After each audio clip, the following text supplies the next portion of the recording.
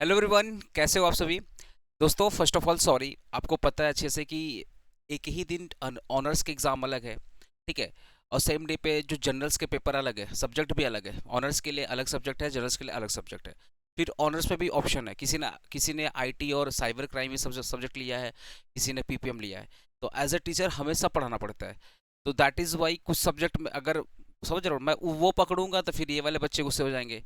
That is मैं कोशिश कर रहा हूँ हर एक सब्जेक्ट की वीडियो डाल देने के लिए। मैंने अब अकाउंटिंग को पकड़ा है और इसके बाद मैं आईटी वाले सब्जेक्ट भी डाल दूंगा, तो प्लीज़ बुरा मत मानिएगा। और एक वीडियो बनाने में बहुत मेहनत लगती है, तो दोस्तों हम भी इंसान हैं, थक जाते हैं काम करते करते। तो आप प्लीज़ बुरा मत मानिएगा। हम लोग अब अकाउंटिंग थ्योरी है, इसको अच्छे से एक्सप्लेन करेंगे। दोस्तों, हमारे सजेशंस का नाम है लक्ष्य वेदी, ठीक है ना। अगर आप ये सजेशंस फॉलो करते हैं तो होपफुली आपके एग्जाम के जितने भी क्वेश्चंस हैं सब इसके अंदर ही पूछे जाएंगे। तो this suggestion is more than enough for you. Please suggestion को फॉलो कीजिएगा, वीडियो को लाइक कीजिएगा, वीडियो को शेयर कीजिएगा, ठीक है ना। चलिए, समय बहुत कम है इसलिए मैं डायरेक्टली स्टार्ट करता हूँ क्वेश्चन वन से। सारे क्वेश्चन इस मैट के, इस पीडीएफ के सारे क्वेश्चन इंपॉर्टेंट है। सर पीडीएफ कहाँ मिलेगा? एज यूजुअल मैं हर वीडियो में बोलता हूँ, पीडीएफ हमारा टेलीग्राम पे ऑलरेडी भेज चुके हैं। स्टिल मैं क्या करूँगा, कमेंट बॉक्स में पीडीएफ को पिन कर दूंगा, आप इजीली डाउनलोड कर लीजिए वहाँ से, ठीक है दोस्तों। चलिए, अकाउंटिंग थ्योरी क्या होता है, अकाउंटिंग प्रैक्टिस क्या होता है, और दोनों में रिलेशन क्या है और दोनों का डिफरेंस क्या है, ठीक है ना। तो सबसे पहले बात करते हैं सर अकाउंटिंग थ्योरी क्या होता है। देखिए दोस्तों, अकाउंटिंग थ्योरी मैं तुमको दो चार एग्जाम्पल लूंगा, उस एग्जाम्पल से तुमको समझा दूंगा अकाउंटिंग थ्योरी होता क्या है। देखो, हम लोगों ने बचपन से सीखा है, मतलब जब भी हम लोग, हमारी जब कॉमर्स की जर्नी स्टार्ट हुई तो हम लोग क्या सिखाया गया कि जब भी एसेट बढ़ेगा डेबिट से बढ़ेगा, और जब भी लायबिलिटी इंक्रीज करेगा क्रेडिट क्रेडिट से इंक्रीज करेगा, है ना। और हमें ये भी सिखाया गया बिजनेस अलग से ओनर अलग है, बिजनेस अलग है और ओनर क्या है, अलग है। सर फिर हमें ये भी सिखाया गया कि जो पीएल अकाउंट बनते हैं, जो पीएल एक्सपेंडिचर अकाउंट बनते हैं, वो अक्रूवल बेसिस बनते हैं। अगर कोई चीज़ मिला है, जैसे फॉर एग्जांपल रेंट पेड, वो भी दिखाएंगे। रेंट आउटस्टैंडिंग वो क्या करेंगे, वो भी दिखाएंगे। तो उस ईयर में, उस पर्टिकुलर ईयर में जितने भी खर्चे हैं, जितने भी इनकम है, हम सब कुछ रिकॉर्ड करेंगे। ये आपको अकाउंट्स में बेसिक्स प्रिंसिपल्स आपको सिखाए गए हैं। ये बेसिक प्रिंसिपल सिखाए गए हैं कि एसेट बढ़ेगा डेबिट से, लाइबिलिटी बढ़ेगा क्रेडिट साइड से। जो पीएल एक्सपेंडिचर्स अकाउंट्स बनते हैं वो अक्रूवल बेसिस बनते हैं। फिर आपको ये भी सिखाया गया, जब हम लोग स्टॉक का वैल्यूएशन निकालते हैं, तो हम लोग लेते हैं कॉस्ट वैल्यू और net realisable value whichever is lower, cost और NRV whichever is lower. आपको पता है इसी को बोलते हैं अपने अकाउंटिंग थ्योरी। एक्चुअल में ये जितना मैंने चीज़ बताया ना, ये अकाउंटिंग प्रिंसिपल का बात, अकाउंटिंग प्रिंसिपल्स बोलते हैं। और ये अकाउंटिंग प्रिंसिपल ही अकाउंटिंग थ्योरी का पार्ट होता है। समझ गया ना, बिकॉज जो अकाउंटिंग थ्योरी होती है वो बेस प्रोवाइड करती है अकाउंटिंग प्रिंसिपल्स को बनाने के लिए। तो बहुत डीप में मैं नहीं जाऊंगा, मैं सिंपली बता रहा हूँ जितने भी प्रिंसिपल्स हैं, जितने भी गाइडलाइंस हैं, कैसे अकाउंट्स बनाया जाएगा। अगर एसेट बढ़ रहा है तो कैसे आप दिखाओगे, एसेट को कहाँ दिखाओगे। अगर लायबिलिटी बढ़ रही है तो लायबिलिटी को कैसे बुक्स ऑफ अकाउंट में दिखाओगे। ठीक है, पीएल अगर कुछ खर्चे हुए बिजनेस में, वो खर्चा आप कैसे बुक्स ऑफ अकाउंट में दिखाओगे। तो आपके जो बुक्स ऑफ अकाउंट है वो कैसा बनेगा, ये बताता आपका अकाउंटिंग थ्योरी। तो with the help of accounting theory, एक एसएससी, एक पर्सन अपने बुक्स ऑफ अकाउंट को क्या करता है, मेंटेन करता है, बनाता है। तो अकाउंट्स बनेगा कैसे, बुक्स ऑफ अकाउंट बनेगा कैसे, कंपनी के जितने सारे ट्रांजेक्शन्स है वो आप कैसे रिप्रेजेंट करोगे, जिससे लोग देख करके समझ जाए हाँ भैया ये खर्चा है, ये इनकम, ये प्रॉफिट है, ये लॉस है। तो अकाउंटिंग थ्योरी मदद करता है बुक्स ऑफ अकाउंट बनाने में। तो बुक्स ऑफ अकाउंट कैसे बनेगा ये बताता है अकाउंटिंग थ्योरी, जिसका मैंने सिंपल एग्जांपल दिया कि अगर एसेट बढ़ रहा है डेबिट दिखाओ, लायबिलिटी बढ़ी क्रेडिट दिखाओ, कुछ एक्सपेंसेस है डेबिट दिखाओ, कुछ लॉसेस है डेबिट दिखाओ, कुछ गेन हो या इनकम है क्रेडिट दिखाओ। तो these are the accounting principle जो हेल्प करते हैं हमें बुक्स ऑफ अकाउंट को बनाने में। इसी को अपने बोलते हैं अकाउंटिंग थ्योरी। तो accounting theory means a set of principles, concepts and rule that explain how accounting is done in the particular। ये बताते हैं भैया अकाउंट कैसे बनेगा। क्या बोला, how why accounting is done in a particular way, accounts ऐसे क्यों बन रहे हैं ये हमें अकाउंटिंग थ्योरी बताता है, ठीक है। It provide base for preparing the accounting standard and helps accountant deciding how transaction to be recorded and reported. ये क्या करता है, अकाउंटिंग स्टैंडर्ड्स, अकाउंटिंग स्टैंडर्ड क्या होते हैं, गाइडलाइन होते हैं, प्रिंसिपल्स होते हैं। तो अकाउंटिंग थ्योरी क्या करती है, बेस प्रोवाइड करती है कैसे अकाउंटिंग स्टैंडर्ड्स बनेंगे और कैसे कोई ट्रांजेक्शन को बुक्स ऑफ अकाउंट में प्रिपेयर किया जाएगा। क्या बोल रहा है, ये गाइड करता है, ये अकाउंटेंट को गाइड करता है कि अकाउंटेंट कैसे कोई ट्रांजेक्शन को रिकॉर्ड करेगा बुक्स ऑफ अकाउंट में, कैसे कोई ट्रांजेक्शन को रिकॉर्ड करेगा बुक्स ऑफ अकाउंट में, ठीक है ना। चलिए, अकाउंटिंग प्रैक्टिस क्या होता है? अकाउंटिंग प्रिंसिपल्स को बिजनेस में अप्लाई करना, that is known as accounting practice. Accounting practice means the actual process of recording, classifying, summarising and presenting the financial transaction the books of account. जो भी transactions हुए वो सारे के सारे ट्रांजेक्शन अपने accounting principles, accounting guideline, accounting standard के हिसाब से बुक्स ऑफ अकाउंट में बना दिया। जो आपका प्रैक्टिकल अप्रोच है, अरे खर्चा हुआ आपने डेबिट दिखाया, एसेट बढ़ा आपने डेबिट दिखाया, पीएल का कोई भी एक्सपेंडिचर आपने अक्रूवल बेसिस पे मेंटेन किया। जो भी अकाउंटिंग स्टैंडर्ड्स है, जो भी गाइडलाइन है, जो भी अकाउंटिंग प्रिंसिपल्स है, उनको फॉलो करके आपने जो बुक्स ऑफ अकाउंट बनाया उसको बोलते हैं अकाउंटिंग प्रैक्टिस। अरे एग्जाम के पहले तुम लोग सम का प्रैक्टिस करके जाता है ना, तो वो सम का जो प्रैक्टिस करता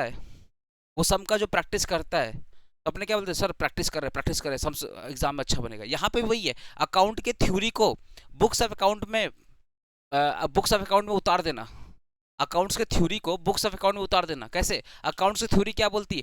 डेबिट से आपके एक्सपेंसेस शो होंगे तो आप डेबिट में खर्चा दिखाओ। अकाउंट की थ्योरी क्या बोलती है? एसेट को बढ़ाना, डेबिट से बढ़ाओ।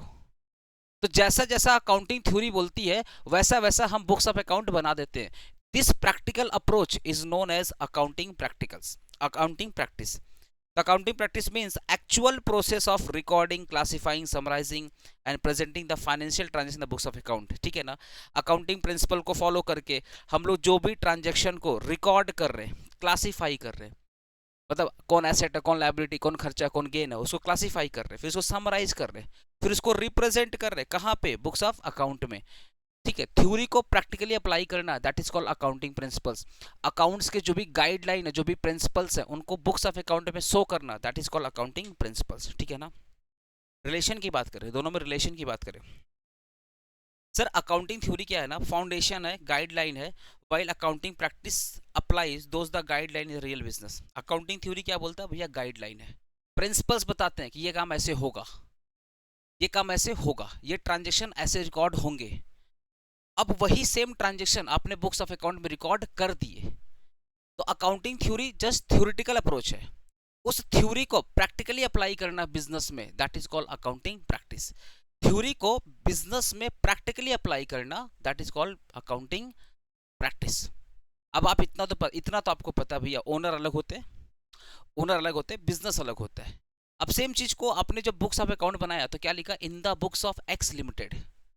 आपने ओनर का नाम नहीं लिखा, क्योंकि आपको पता है ओनर अलग है और कंपनी अलग है।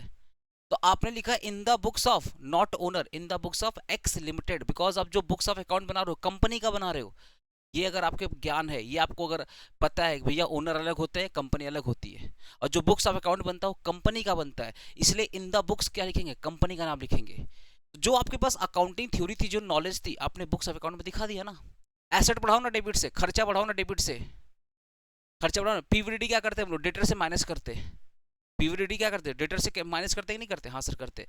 जो भी नेट प्रॉफिट आता है हम कैपिटल में ऐड करते हैं कि नहीं करते? करते हैं सर। जो भी आउटस्टैंडिंग होता है वो खर्चे हम लोग दिखाते हैं कि नहीं दिखाते? हाँ सर दिखाते हैं। और बचा हुआ आउटस्टैंडिंग हम लोग लायबिलिटी में दिखाते हैं।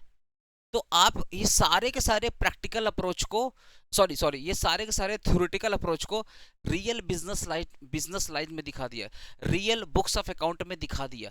जो थ्योरी थी उसको रियल बुक्स ऑफ अकाउंट में दिखा दिया, that is called accounting practice. Hopefully आप समझ गए होंगे। तुमको जो मैंने सिखाया कि अकाउंटिंग थ्योरी ये होती है। अब क्वेश्चन आ गया, डिफाइन अकाउंटिंग थ्योरी। तो जो मैंने सिखाया आपने एग्जाम में लिख दिया, जो मैंने सिखाया दैट इज कॉल्ड थ्योरी, और जो आपने सेम थ्योरी को एग्जाम में लिख दिया दैट इज कॉल्ड प्रैक्टिस। तो होपफुली आप क्लियर हो गया होगा। अकाउंटिंग थ्योरी और अकाउंटिंग प्रैक्टिस का डिफरेंस देख लो, बहुत इंपॉर्टेंट है। ये सारे क्वेश्चन इंपॉर्टेंट है।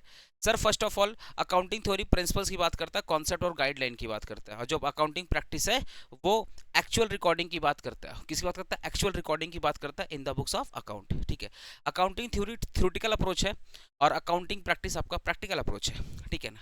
Accounting theory provide the framework and guideline, ये गाइडलाइन प्रोवाइड करता है कैसे बुक्स ऑफ अकाउंट को बनाया जाएगा। It helps in maintaining the financial record. Accounting practice क्या करता है? फाइनेंशियल रिकॉर्ड को मेंटेन करता है। देखिए ना, हम लोग बुक्स ऑफ अकाउंट में डेली बेसिस कुछ ना कुछ लिखते रहते हैं, तो ये हेल्प करता है, अकाउंटिंग प्रैक्टिस हेल्प करता है बुक्स ऑफ अकाउंट को मेंटेन करने में on the accrual basis. Explain why accounting is done. Accounting theory बताता है भैया अकाउंटिंग होगा कैसे। अकाउंटिंग थ्योरी ये बताता है भैया अकाउंटिंग होगा कैसे, और अकाउंटिंग प्रैक्टिस क्या करता है? Explain how accounting is done. ये हाउ बताता अकाउंटिंग कैसे होगा, ये बताता भैया अकाउंटिंग कैसे, वाई क्यों करते हैं। अकाउंटिंग थ्योरी बताता है explain why accounting is done, हम लोग अकाउंटिंग क्यों करते हैं। तो अकाउंटिंग थ्योरी क्यों की बात, वाई की बात करता है, और जो अकाउंटिंग प्रैक्टिस है वो हाउ की बात करते हैं। ये अकाउंटिंग थ्योरी। अब मैं तुमको एक एग्जांपल दे रहा हूँ, चलो मैं तुमको एग्जांपल दे रहा हूँ, ठीक है ना। चलिए जैसे एक एग्जांपल तुमको दे रहा हूँ, मेरा एक मान लो एक बिजनेस है, ये मान लो एपीसी प्राइवेट लिमिटेड, मान लो ये मेरी कंपनी है। इसके अंदर ये मान लो मैं हूँ, एक एग्जांपल दे रहा हूँ तुमको समझ में आ रहा है। ये मान लो मैं हूँ, मैंने क्या किया, इस एपीसी प्राइवेट लिमिटेड के अंदर बहुत बहुत ज़्यादा मैंने इन्वेस्टमेंट किया। तो इसको क्या मिल गया सर, इस कंपनी को क्या मिल गया, कैपिटल मिल गया। अब आप बताइए इस कंपनी को जो कैपिटल मिला, क्या ये पैसा इसका है, नहीं। अब आप बताओ आपने किसी को पैसा दिया है, क्या वो उसका हो जाएगा, नहीं। आपने अपने दोस्त को पैसा दिया, किसी और को आपने पैसा दिया, ठीक है। तो क्या ये उसका, क्या आपका पैसा दिया हुआ उसका हो जाएगा, नहीं सर, ये तो लॉजिक है, हमारा पैसा भाई, अगर हम अपना पैसा किसी को देते हैं तो उनका थोड़ी हो जाता है, ये लॉजिक है नहीं, लॉजिक है। यहाँ भी सेम लॉजिक है कि मेंबर ने, ओनर ने अपने बिजनेस में पैसा लगाया, तो पैसा किसका है, ओनर का है। लिया कौन है, बिजनेस। तो जब बिजनेस लिया है ना तो बिजनेस को चुकाना ही पड़ेगा। जब बिजनेस लिया है तो बिजनेस को चुकाना ही पड़ेगा।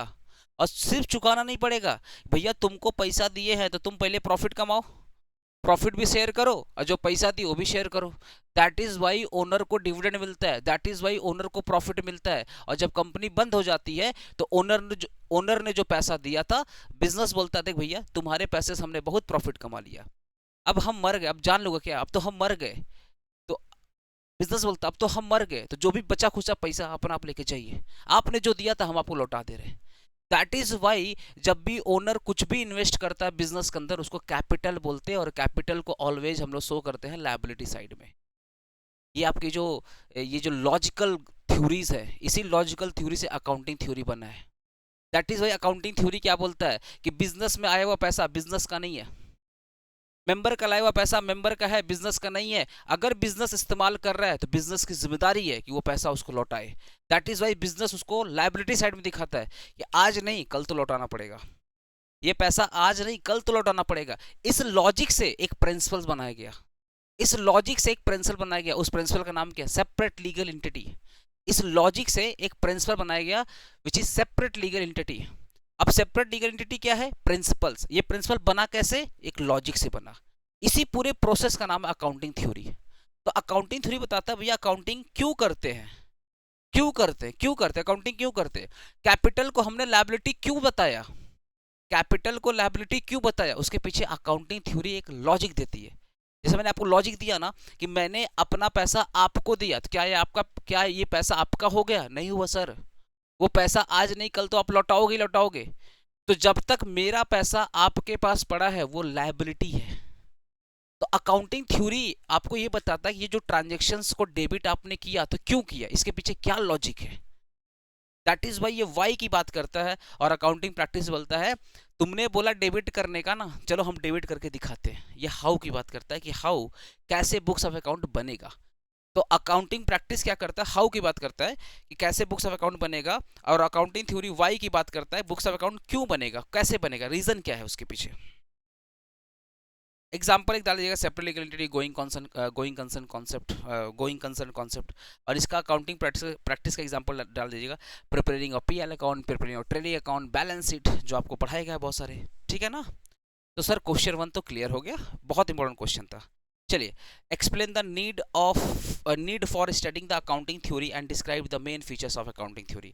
बोल रहा भैया अकाउंटिंग थ्योरी क्यों पढ़ते। अरे भाई अगर आपको नॉलेज ही नहीं है, अगर आपको नॉलेज नहीं है बुक्स ऑफ अकाउंट कैसे बनाना है, आपको गाइडलाइन पता नहीं, आपको प्रिंसिपल्स नहीं पता, आपको पता ही नहीं डेबिट क्रेडिट क्या होता है, आपको ये भी नहीं पता सेपरेट एंटिटी का लीगल कॉन्सेप्ट क्या है, सेपरेट लीगल एंटिटी कॉन्सेप्ट नहीं पता, गोइंग कंसर्न कॉन्सेप्ट आपको नहीं पता, हिस्टोरिकल कॉस्ट कॉन्सेप्ट आपको नहीं पता, तो बुक्स ऑफ अकाउंट कैसे बनाओगे। तो there is a need of accounting theory. अगर आपको अकाउंटिंग थ्योरी का नॉलेज नहीं है तो आप बुक्स ऑफ अकाउंट कैसे बनाओगे, सर नहीं बना पाओगे। That is why there is a much needed of accounting theory to prepare any books of account. तो पहला क्या बोलता है, provide the understanding of accounting. जब आप अकाउंटिंग थ्योरी पढ़ते हो तो आप अकाउंट्स बारे में सीखते हो, आप अकाउंट बारे में क्या सीखते हो। इसलिए देखो आज तक तुमको जितना भी प्रिंसिपल्स वगैरह सिखाया गया है वो कहीं ना कहीं प्रैक्टिकल लाइफ में अप्लाई होता ही है, ठीक है। तो provide the proper understanding of accounting, helps in developing the accounting standard.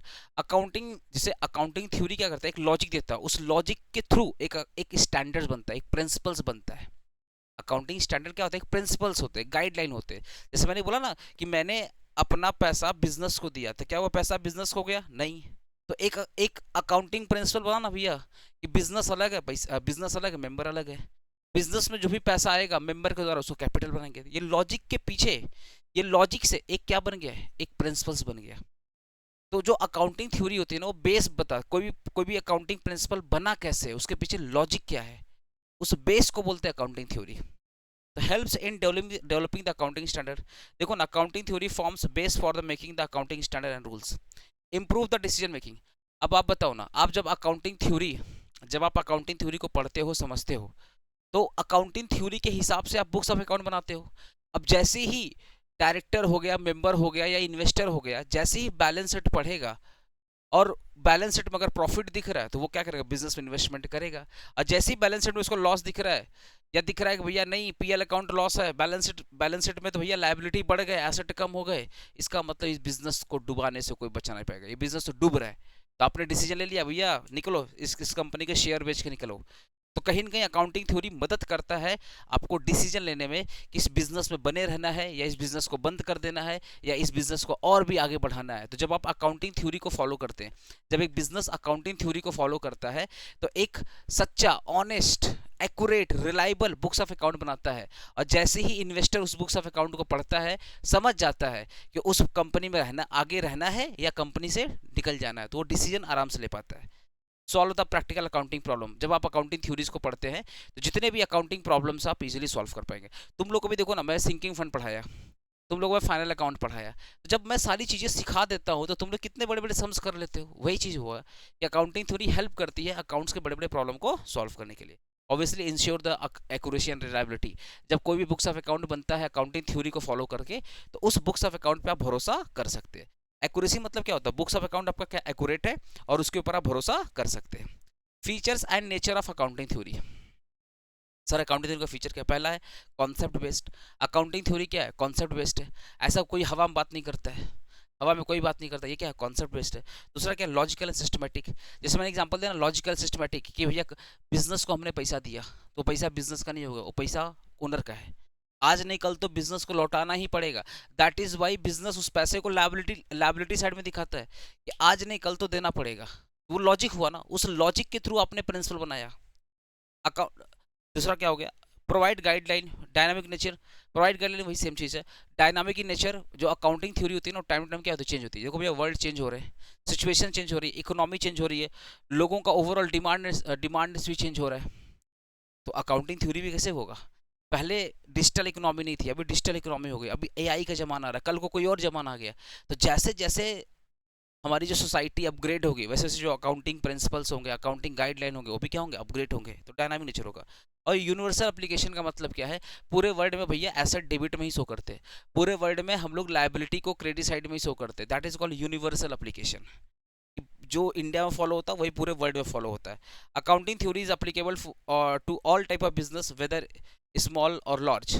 वही बोल रहा है कि चाहे इंडिया में बिजनेस करो या इंडिया के बाहर बिजनेस करो या छोटा बिजनेस करो या बड़ा बिजनेस करो, एसेट को डेबिट में ही दिखाओगे, लायबिलिटी को क्रेडिट में ही दिखाओगे। सेपरेट बिजनेस एंटिटी का कॉन्सेप्ट क्या बोलता है, मेंबर अलग है, कंपनी अलग है। तो ये सिर्फ इंडिया में नहीं है, हर जगह है। जितने भी कंपनीज है, जितने भी बिजनेस हैं, वो हमेशा बोलते हैं मेंबर अलग है भैया, बिजनेस अलग है। तो यूनिफॉर्म एप्लीकेशन का मतलब क्या है कि जो जो गाइडलाइन है, जो प्रिंसिपल्स हैं, वो किसी एक पर्टिकुलर बिजनेस के लिए नहीं बनाए गए, वो सबके लिए बनाए गए, पूरे वर्ल्ड के लिए बनाए गए, सब फॉलो कर सकता है। That is called universal application. ठीक है, यूनिवर्सल एप्लीकेशन। ओके।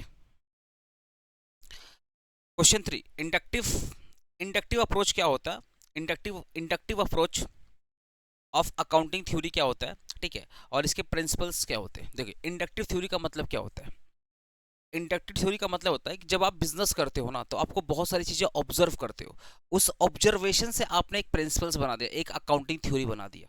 एग्जांपल दे रहा हूँ, जब ओनर बिजनेस कर रहा था तो देख रहा था कि जैसे जैसे समय गुजर रहा था, मशीन्स चलती जा रही थी, चलती जा रही थी, चलती जा रही थी। तो मशीन क्या हो रही भाई, समय जैसे जैसे जैसे गुजरेगा तो मशीन का क्या होगा, वियर एंड टीयर होगा, मशीन का क्या होगा, ब्रेक डाउन होगा।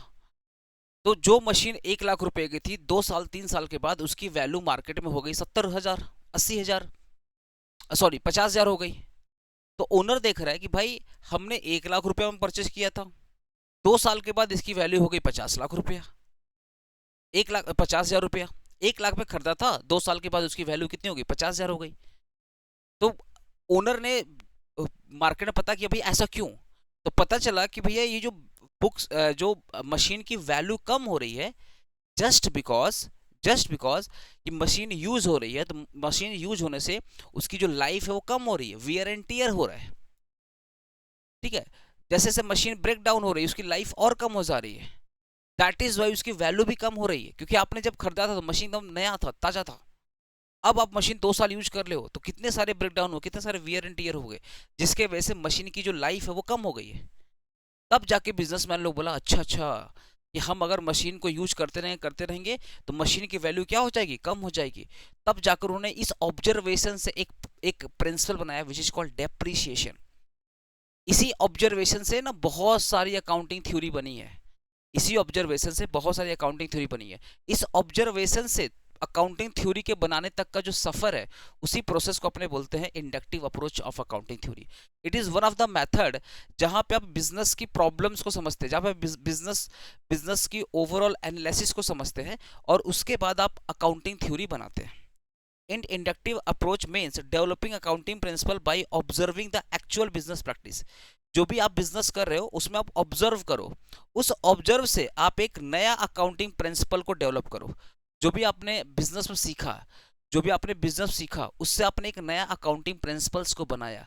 इस प्रोसेस को बोलते हैं इंडक्टिव। जैसे आपने सीखा कि जैसे जैसे टाइम गुजर रहा था, मशीन की वैल्यू कम हो रही थी, तो आपने एक डेप्रिसिएशन का कॉन्सेप्ट लाया।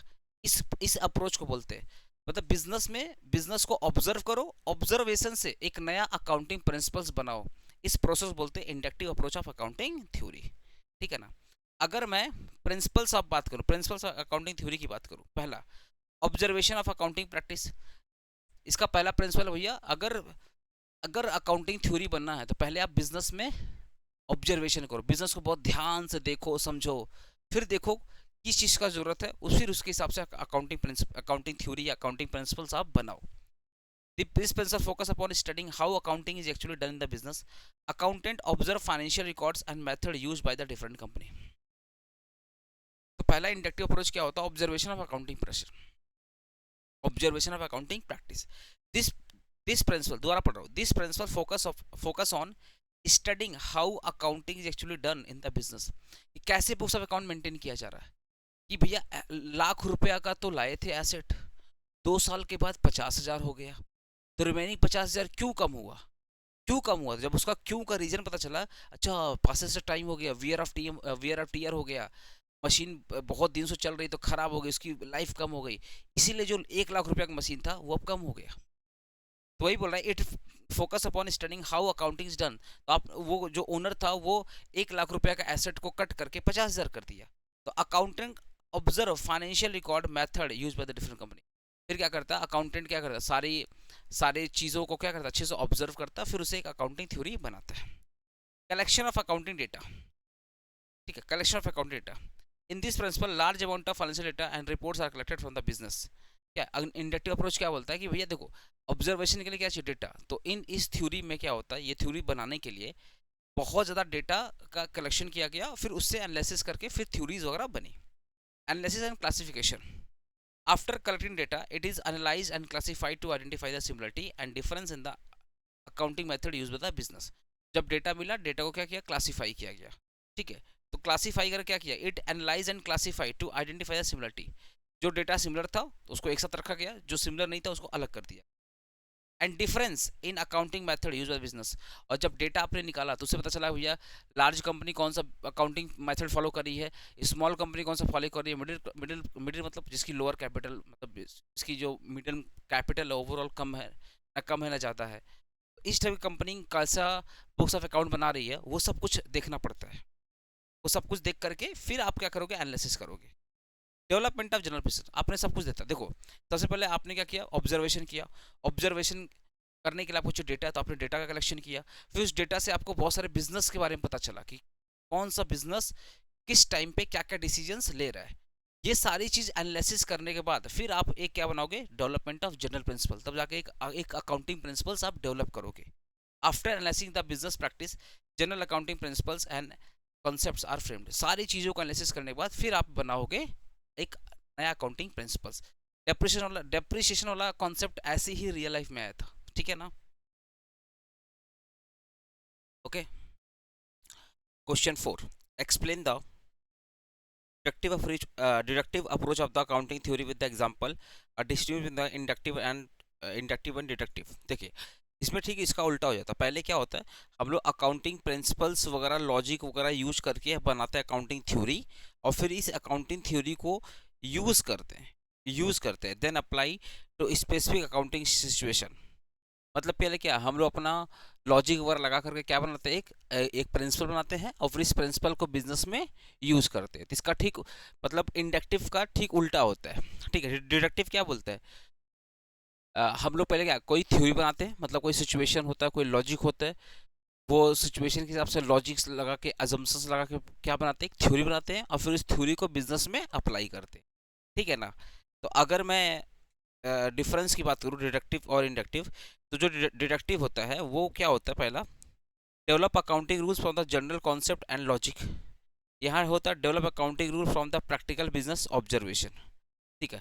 तो डिडक्टिव में क्या होता है, डिडक्टिव में क्या होता है, बेसिकली हम लोग पहले अकाउंटिंग थ्योरी बनाते हैं लॉजिक लगा करके, ठीक है, फिर बिजनेस अप्लाई करते हैं। यहाँ पे क्या था, पहले हम लोग बिजनेस को इंडक्टिव में क्या था, हम लोग बिजनेस को पहले ऑब्जर्व करते हैं फिर हम लोग थ्योरी बनाते हैं, ठीक है, उल्टा एकदम उल्टा।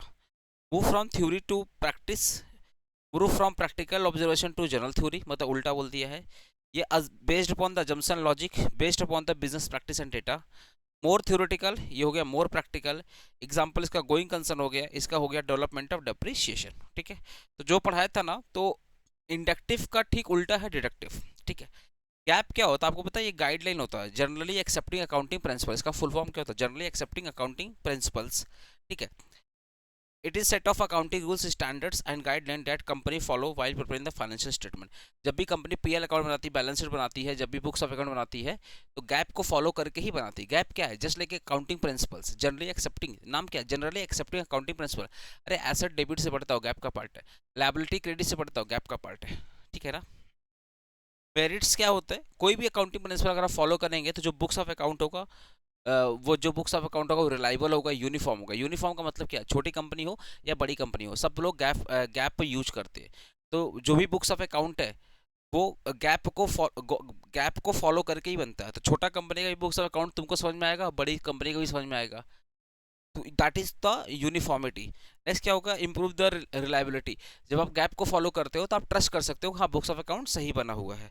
हेल्प्स इन डिसीजन मेकिंग, जब बुक्स ऑफ अकाउंट सही बना हुआ है तो उसको देख करके आप डिसीजन ले सकते हैं। इन्वेस्टर लोग डिसीजन ले सकते हैं, भैया इस कंपनी में और पैसा लगाना है या नहीं लगाना है, या इस कंपनी ये कंपनी मतलब होता है ना, जैसे कंपनी शेयर्स इशू करती है तो आप लोग क्या करते हैं, आप लोग पब्लिकली चिल्ला के, कंपनी पब्लिकली चिल्ला के बोलती है ना भैया हम प्रॉफिट मेकिंग कंपनी है। तो वो जो प्रॉफिट मेकिंग कंपनी आया कैसे कैसे पता चलेगा, वो तो फाइनेंशियल स्टेटमेंट से पता चलेगा ना। तो डिसीजन मेकिंग में भी बहुत हेल्प करता है, ठीक है। अगर मैं डीमेरिटी की बात करूँ तो रिजिड नेचर, जो बोल दिया सो बोल दिया, वही रिजिड नेचर होता है। टाइम कंज्यूमिंग एंड कॉस्टलिंग, जितने भी जनरली एक्सेप्टिंग अकाउंटिंग प्रिंसिपल होते हैं ना, इसके हिसाब से बुक्स ऑफ अकाउंट बनाने में टाइम लगता है। तुम लोग फाइनल अकाउंट बनाता है आधा घंटा 1 घंटा लग जाता है, देख लो। Complex for the small business, छोटे मोटे बिजनेस के लिए आपको अकाउंटेंट हायर करना पड़ेगा, क्योंकि नॉर्मल जो सोल प्रोप्राइटरशिप है वो नहीं कर पाएगा, ठीक है ना। इन एडुकेसी ऑफ गैप का मतलब क्या है, लिमिटेड फ्लेक्सिबिलिटी। ये जो गैप है ना, gap does not always adjust quickly to the modern business change like digital transactions and new financial instrument. वही रिजिड बोला मतलब ये बहुत ज़्यादा फ्लेक्सिबल नहीं है। नेक्स्ट क्या मतलब, based upon the historical cost. जो गैप का कैलकुलेशन होता है ना वो बेसिकली क्या है, करंट मार्केट प्राइस पर नहीं होता, ये करंट मार्केट वैल्यू को इग्नोर करता है और पास्ट जो एसेट का जो ओरिजिनल कॉस्ट है उसके हिसाब से हम लोग गैप उसके हिसाब से फिर हम लोग निकालते वैल्यू, ठीक है। जैसे एग्जांपल देखो यहाँ पर समझ में आ जाएगा तुमको। Land purchase by the company years ago में have much higher market value today. जो लैंड हमने परचेज किया था उसकी कॉस्ट राइट नाउ बहुत ज़्यादा होगी। गैप इसको फॉलो नहीं करता है। Possibility of different interpretation, some gap rules always alternative accounting methods. Alternative account method, different companies may choose a different method which reduce the comparability of the financial statement। बोला कुछ gap है ना, कुछ gap है, उसको कुछ कुछ alternative methods होते हैं। तो कभी कभी अलग अलग मेथड यूज कर लेती है। मान लो गैप है, गैप के कुछ अल्टरनेटिव मेथड्स होते हैं अकाउंटिंग के। कुछ कंपनी कुछ और यूज, एक्स मान लो कंपनी एक्स है कुछ और यूज कर रही है, कंपनी वाई कुछ और यूज कर रही है। तो कभी कभी क्या होता है, उनके जो फाइनेंशियल स्टेटमेंट्स है वो डिफर हो सकते हैं। What the technique to use to avoid gap and how to tendency of gap avoidance control। बोला क्या टेक्निक यूज करें जिससे गैप खत्म हो जाए। पहला, creating accounting, companies are use flexible accounting method to prevent financial result in the favourable way. देखो बहुत सारे कंपनीज क्या होती है ना, गैप क्वेश्चन बोल रहा है, पता क्या बोला, what the technique are use to avoid gap. बहुत सारी कंपनीज क्या होती है ना, गैप को अवॉइड करती है, मतलब क्योंकि गैप को फॉलो करेंगी तो उनको लॉस आएगा। तो वो क्या करती है, गैप को अवॉइड करती हैं और अपना खुद का अकाउंटिंग प्रिंसिपल लगाती हैं, और जिसमें दिखाती भैया हमको हो गया प्रॉफिट, हमको हो गया profit. They choose the policy that increase the profit और रिड्यूस द एक्सपेंसेस। वो ऐसा मेथड यूज करते हैं जो एक्सपेंसेस को कम कर दे और प्रॉफिट को बढ़ा दे, तो जो कि गलत है ना, जो कि गलत है। दूसरा क्या, ऑफ बैलेंस शीट फाइनेंसिंग, वो जो भी बैलेंस शीट बनाते हैं गलत बनाते हैं, दूसरे मेथड्स बनाते हैं, गैप को नहीं फॉलो करते हैं। Companies hide certain liability not showing them in the balance sheet. कभी कभी कंपनी क्या होती है, बैलेंस शीट को में एसेट ज़्यादा दिखा देती है, लायबिलिटी को हाइड कर लेती है, तो वो भी गलत है। उस वक्त आप गैप फॉलो नहीं कर रहे हैं, ठीक है। तो क्वेश्चन पता है क्या क्या टेक्निक यूज होता है गैप को खत्म करने के लिए। एक होता है लोग अकाउंटिंग मेथड ही चेंज कर देता है। दूसरा क्या होता है, बैलेंस शीट में आधा अधूरा इन्फॉर्मेशन डालता है। तीसरा होता है अकाउंटिंग पॉलिसी ही चेंज कर दिया बार बार, ठीक है। रेवेन्यू में मैनिपुलेट कर दिया, रेवेन्यू कम कमाया ज़्यादा दिखा रहा है। फिर इम्प्रॉपर एक्सपेंसेस क्लासिफिकेशन, आप अच्छे से एक्सपेंसेस का क्लासिफिकेशन नहीं किए। जो एक्सपेंसेस बुक्स ऑफ अकाउंट में डिजर्व करते थे आपने वो सारे एक्सपेंसेस को नहीं लिया, ठीक है ना। अगर मैं मेंटेनेंस ऑफ कैपिटल की बात करें, मेंटेनेंस ऑफ कैपिटल की बात करें, कैपिटल और इनकम का डिफरेंस आप पढ़ लीजिएगा, आपको पता होगा। और मेंटेनेंस ऑफ कैपिटल का मतलब होता है maintaining the original amount of capital invested in the business. Business में जो भी आपने कैपिटल लगाया उसको मेंटेन करना, बिजनेस में जो भी आपने कैपिटल लगाया है उसको मेंटेन करना, that is the meaning of maintenance of capital. जैसे example, if a company Reliance invest 10 crore in the business and earn 12 crore at the end of the year, the profit is 2 crore only if the original output is of rupees 10 crore is maintained। Company में अगर 10 करोड़ लगाया गया है और 12 करोड़ कमा रहा है तो 2 करोड़ का प्रॉफिट है, तो कंपनी क्या करती है 10 करोड़ मेंटेन करके चलती है। इसी 10 करोड़ को बोलते हैं मेंटेनेंस कैपिटल, ठीक है। कैपिटल और इनकम का डिफरेंस आप देख लीजिएगा, ओके। स्टॉक, इस सब कुछ बताते हैं स्टॉक और फ्लो क्या होता है, ठीक है। स्टॉक क्या होता है, जब हम लोग किसी पर्टिकुलर पॉइंट ऑफ टाइम की बात करते हैं, जैसे राइट नाउ मेरे घर पे कितने चेयर हैं, राइट नाउ आपके रूम में कितने चेयर हैं, है ना। राइट नाउ मेरे क्लास में कितने बच्चे हैं, राइट नाउ।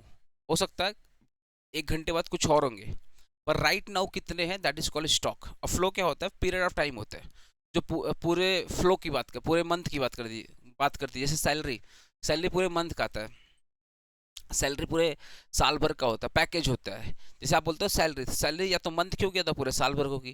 तो जब पॉइंट ऑफ टाइम की बात होती है, जब पॉइंट ऑफ टाइम की बात होती है, ठीक है, पॉइंट बताओ पर्टिकुलर टाइम की बात होती थी, स्टॉक होता है। और जब पीरियड ऑफ टाइम की बात होती है, जैसे साल भर हो गया, वीक हो गया, तो उसको बोलते हैं फ्लो, ठीक है। स्टॉक क्या होता है, स्टैटिक नेचर का होता है। जैसे राइट नाउ मेरे रूम में कितने चेयर हैं, हो सकता है 2 घंटे बाद चेंज हो जाए। तो राइट नाउ तो अगर 2 हैं तो फिर 2 ही रहेंगे, ये स्टैटिक होता है। और ये क्या फ्लो क्या होता है, डायनामिक होता है, ठीक है। इसमें टाइम पीरियड कंसीडर नहीं होता, इसमें टाइम पीरियड कंसीडर होता है। एग्जांपल इसका capital wealth asset, right now मेरे बैंक में कितने पैसे पड़े हुए हैं, वो स्टॉक है। 2 घंटे बाद हो सकता है चेंज हो जाए, ये क्या इनकम सेविंग प्रॉफिट है ना। कैपिटल क्या होता है, स्टॉक होता है। सेविंग क्या होता है, फ्लो होता है, ठीक है। जीडीपी क्या होता है, फ्लो, क्योंकि ये सब चेंज होते हैं, ये सब चेंज होते हैं। वेल्थ क्या होते हैं, स्टॉक्स होते हैं। और लॉसेस क्या होते हैं, फ्लो होते हैं। तो क्लासिफिकेशन बोला था, वो क्लासिफिकेशन मैंने कर दिया यहाँ पे, ठीक है। Limitation of historical cost accounting क्या होता है, देखिए हिस्टोरिकल कॉस्ट अकाउंटिंग मतलब क्या होता है, जो भी एसेट है उसका ट्रांजेक्शन ओरिजिनल परचेज कॉस्ट पे होता है, ये होता है पहला प्रॉब्लम। हिस्टोरिकल कॉस्ट का मतलब क्या होता है, recording asset and transaction at their original purchase cost. The value of asset remain the same in the books even in the market value has change later. Market में उसकी value change हो गई but books of account में हम आज भी original cost maintain करके चल रहे हैं, ठीक है। इसको बोलते हैं अपने हिस्टोरिकल कॉस्ट ऑफ अकाउंटिंग। इसका लिमिटेशन क्या है? पहला, it ignore the current market value. पहला कि मार्केट वैल्यू को इग्नोर करता है। Not suitable during the inflation.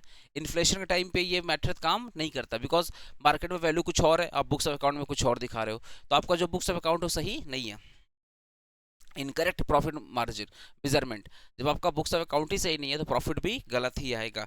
Misleading financial statement, जब प्रॉफिट गलत है तो आप अपने शेयर होल्डर को मिसलीड कर रहे हो, आप सही इन्फॉर्मेशन उनके साथ शेयर नहीं कर रहे हो, आप बैलेंस शीट दिखाकर उनके साथ गलत कर रहे हो। लास्ट में does not reflect the real economic condition, और उसको देख करके आप सही नहीं बोल सकते हो। तो बताता एक लूप हो गया है, ये देखो ना, ये सब लूप है। यहाँ से स्टार्ट हुआ, यहाँ से स्टार्ट हुआ, पूरा लूप हो गया। Does not reflect the economic condition, ठीक है। अकाउंटिंग, फेयर अकाउंटिंग वैल्यू क्या होता है? Fair accounting means recording asset and liability at the current market value instead the original cost. Historical का ठीक उल्टा होता है आपका fair recording, fair fair value of accounting. Historical का ठीक उल्टा, यहाँ पे जितने भी ट्रांजेक्शन्स वगैरह हैं वो जितने भी ट्रांजेक्शन्स वगैरह हैं वो करंट मार्केट वैल्यू पे, ओरिजिनल वैल्यू पे रिकॉर्ड किए जा रहे हैं, ठीक है ना। इसके फीचर्स क्या हो गए भैया? करंट मार्केट प्राइस पे रिकॉर्ड होता है। Provide realistic financial information, obviously आप करंट मार्केट को फॉलो कर रहे हो तो जो भी इन्फॉर्मेशन वगैरह सही है। यूजफुल फॉर डिसीजन, अगर बैलेंस, अगर आपका बुक्स ऑफ अकाउंट ही सही है तो डिसीजन भी क्या होगा? सही होगा। और रिफ्लेक्ट द मार्केट फ्लक्चुएशन, जैसे जैसे मार्केट चेंज होगा वैसे वैसे आप क्या करेंगे? बुक्स ऑफ अकाउंट में दिखाते चले जाएंगे, ठीक है। लिमिटेशन क्या होता है? Difficult to determine the market value. Every time market value को डिटरमाइन करना बहुत बड़ी बात होती है बिकॉज उसके लिए वैल्यूअर लगते हैं और वैल्यूअर का फीस अफोर्ड करना बार बार खर्चे वाला काम होता है। तो it is difficult to achieve the market value right now every time. Market value में चेंज फ्रिक्वेंटली, मार्केट वैल्यू हमेशा चेंज होता है, हफ्ते, हर दिन, इवन शेयर मार्केट देख लो ना, हर दिन चेंज होता है। पॉसिबिलिटी ऑफ सब्जेक्टिव वैल्यूएशन, क्या बोल रहा है? In some case fair value is estimated and using assumption which may reduce reliability. कभी कभी क्या होता है कि हम लोग मार्केट, फेयर मार्केट वैल्यू को जब एज्यूम करते हैं तो गलती भी हो सकती नहीं भाई। जरूरी नहीं कि अजम्पशन ऑलवेज क्या होगा? सही होगा। तो वही वाला सम टाइम हमारा जो बुक्स ऑफ अकाउंट होता है वो मे भी गलत बन जाए।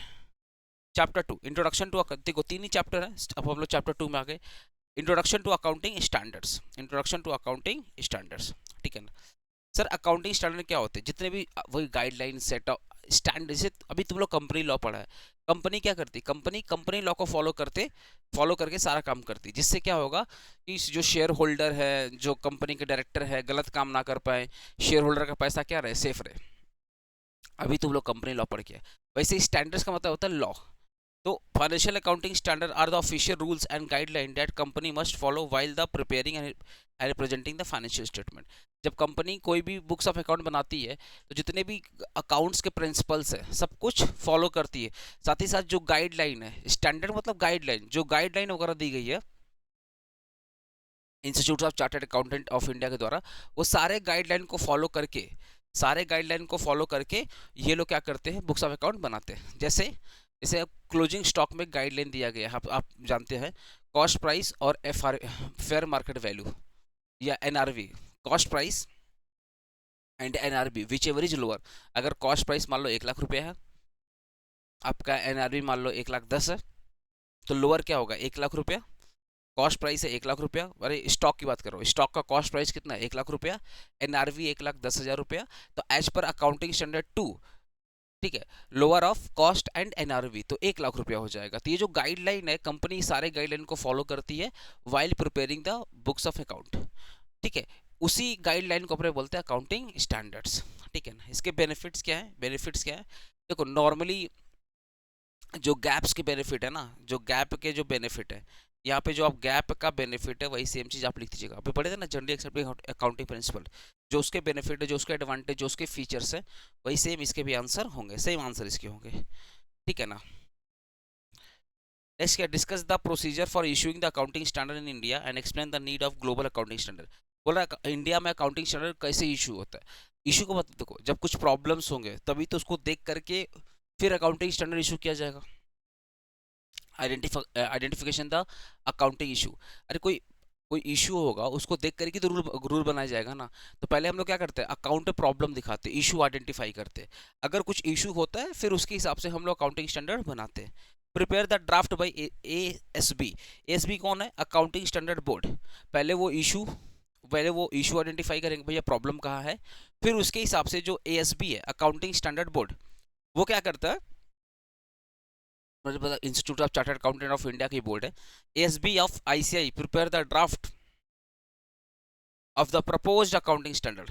फिर लोग क्या करते हैं, ड्राफ्ट बनाते हैं। ड्राफ्ट मतलब लिखते हैं कि भैया जो हम बना रहे हैं वो सही है या गलत है।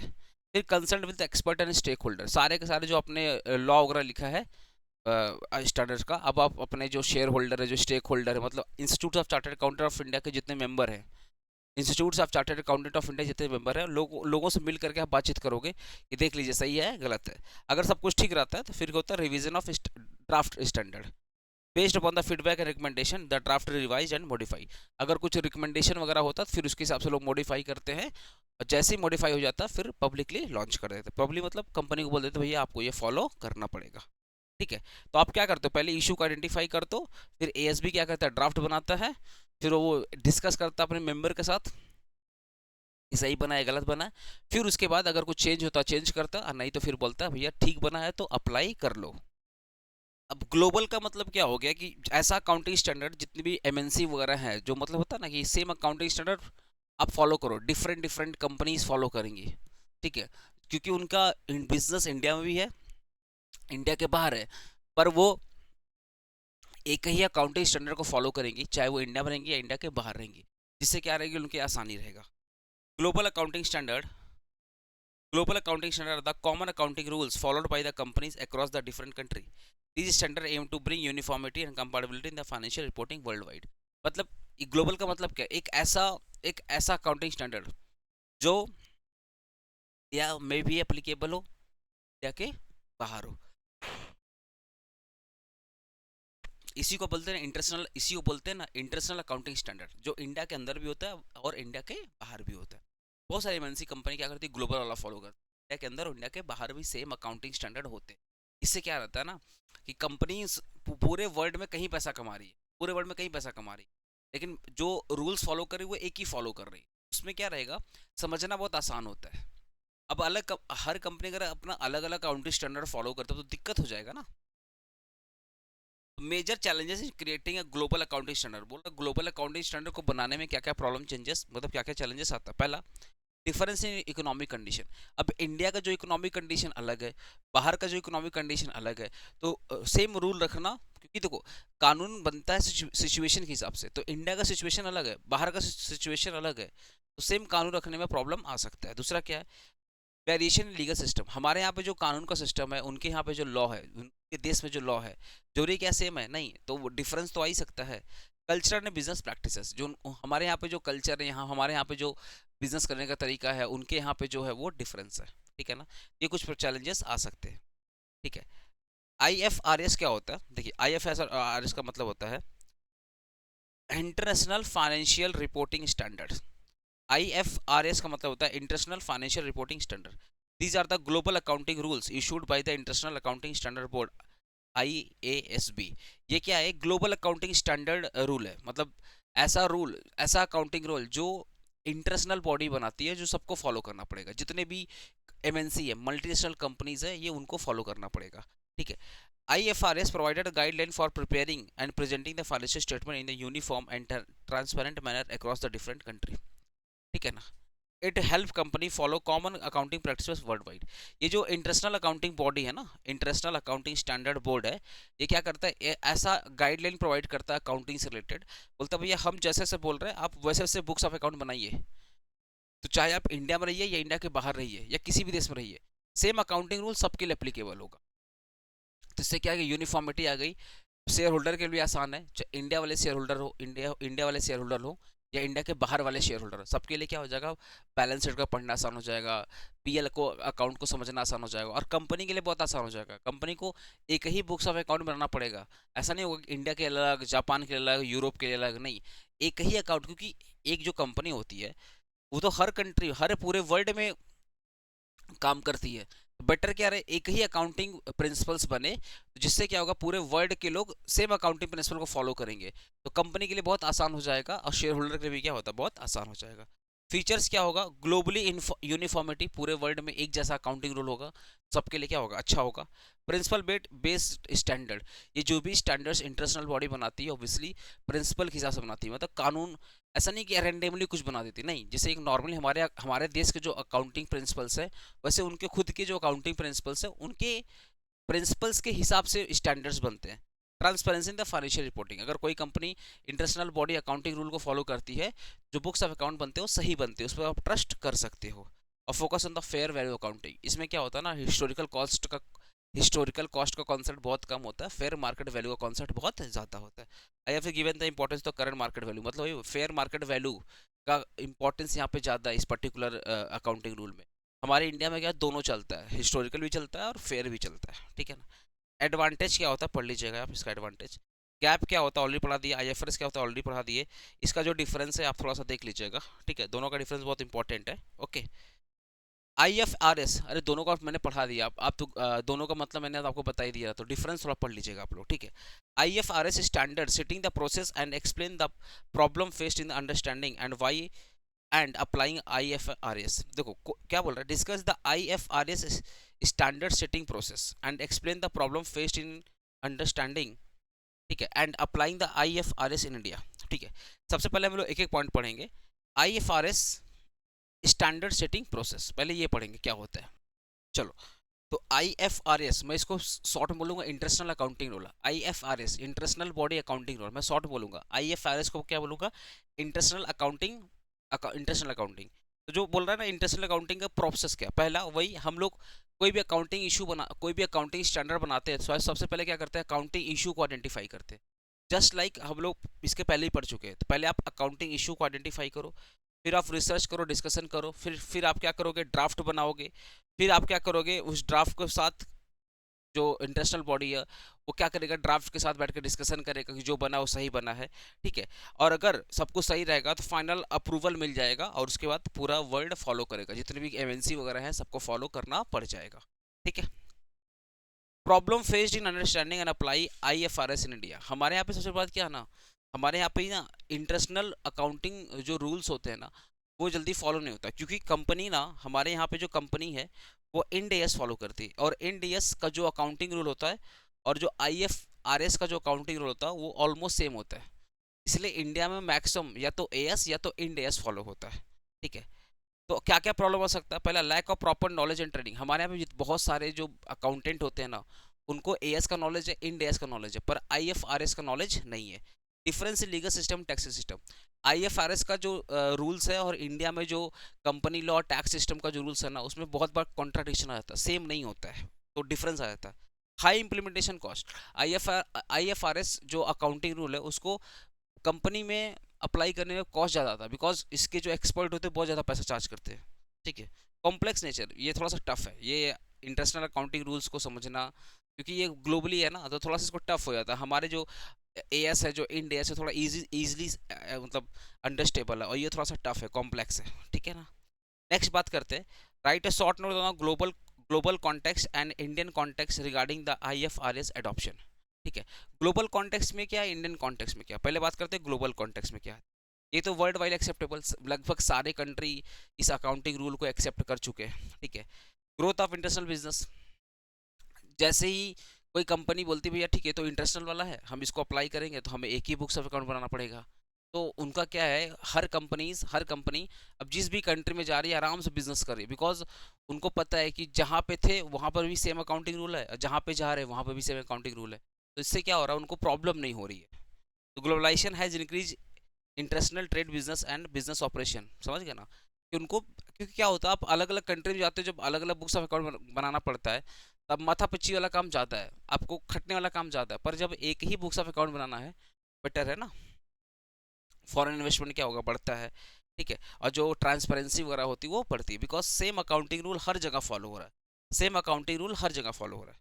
अगर मैं इंडियन कॉन्टेक्स्ट की बात करूँ तो इंडिया में जो आईएफआरएस है, इंडिया में जो आईएफआरएस है अभी तक इसको मतलब एक्सेप्ट नहीं किया होगा। इंडिया वाले बोले पर ठीक भाई, हम आपके जैसा ही एक अपना स्टैंडर्ड बना देते हैं, विच इज इंड एएस। तो introduction of Ind AS, India has not adopt IFRS directly but introduce the Indian accounting standard Ind AS which are largely based upon the IFRS. मतलब आईएफआरएस में से ही इन्होंने Ind AS को accept कर लिया। इन्होंने क्या बोला, हम आपका आईएफआरएस नहीं मानेंगे, हम आपका इंड एएस मानेंगे। और जो हमारा इंड एएस है वो इंटरनेशनल अकाउंटिंग रूल जैसा ही है। Improvement in global accounting standard, अब जैसी इंडिया में जितनी कंपनीज है इंड एएस फॉलो की, तो लगभग एक जैसा ही अकाउंटिंग प्रिंसिपल्स हो गया। तो हमारे देश की जो एमएनसी वगैरह होती है ना, नॉर्मली वो इंड एएस वगैरह फॉलो करती है। उससे क्या होगा कि देखा जाए इंडिया के जो एमएनसी है और बाहर में जो कंपनीज है ऑलमोस्ट सेम एक जैसा ही बुक्स ऑफ अकाउंट बना रही है। Adoption of Ind AS has improved the quality, transparency and comparability of financial statement of Indian company and international level। मतलब जैसे ही इन्होंने इंड एएस को अप्लाई किया, जो बुक्स ऑफ अकाउंट है अच्छे बनने लगे, रिलायबल है, ट्रांसपेरेंट है। Encouragement of foreign direct investment, बाहर की जो कंपनीज होती है बोलते ठीक है यार एक ही जैसा तो अकाउंटिंग है, खाली नाम अलग अलग। अकाउंटिंग तो एक ही जैसा है, नाम अलग अलग है, तो बहुत सारी बाहर की कंपनियां भी इंडिया में आके बिजनेस करने लगी। ठीक है ना। डिफरेंस क्या है आईएफआरएस और अकाउंटिंग स्टैंडर्ड में? डिफरेंस क्या है? इंडिया वाले में क्या डिफरेंस है? ये हो गया इंटरनेशनल बॉडी वाला अकाउंटिंग स्टैंडर्ड और ये हो गया इंडिया वाला। डिफरेंस क्या है? International accounting standard followed globally, ये भैया हो गया based upon the Indian accounting standard based upon the IFRS. तो जो आईएफआरएस है वो ग्लोबली एक्सेप्टेबल है और ये इंडियन कंपनीज मतलब इंडिया में जितनी कंपनीज है वो सारे एक्सेप्ट करती है इसको। ठीक है। इशू अथॉरिटी की बात करूँ, आईएफआरएस को कौन इशू करता है? International accounting standard board. India में कौन करता है? Ministry of corporate affair. ठीक है, with obviously institute of chartered accountant of India का हाथ उसमें रहता ही है। स्कोप की बात करें, applicable to company across the different country, लगभग वर्ल्ड की सारी कंट्री इसको मानती हैं। जो इंड एस होती है नॉर्मली वो इंडियन कंपनीज के लिए होता है, जो इंडिया में आपने बिजनेस किया है ना वो इनके लिए होती है। ये प्योर ग्लोबल होता है। ये नॉर्मली क्या होता है, इंडियन लॉ और बिजनेस कंडीशन के हिसाब से बनाया गया है। ठीक है। नेक्स्ट होता है आपका एडॉप्टेड फुल्ली और personally by the many country. ये जो इंटरनेशनल अकाउंटिंग स्टैंडर्ड होता है नॉर्मली लगभग हर कंट्रीज को एक्सेप्ट किया, कुछ कंट्री थोड़ा एक्सेप्ट किए और कुछ कंट्री अपना। जैसे इंडिया ने बोला हम आपका एक्सेप्ट तो नहीं करेंगे पर आपको जैसा हम बना देंगे। Mandatory for the specific class of company in India. India में क्या है, इंड एएस को फॉलो करना मैंडेटरी है कुछ कंपनीज के लिए। ठीक है ना। Adoption of IFRS in India already मेरा डन है। ठीक है। क्रिटिसिज्म आप पढ़ लीजिएगा। प्रेजेंट पोजीशन ऑफ आईएफआरएस, हमारे इंडिया में प्रेजेंट पोजीशन क्या है भैया?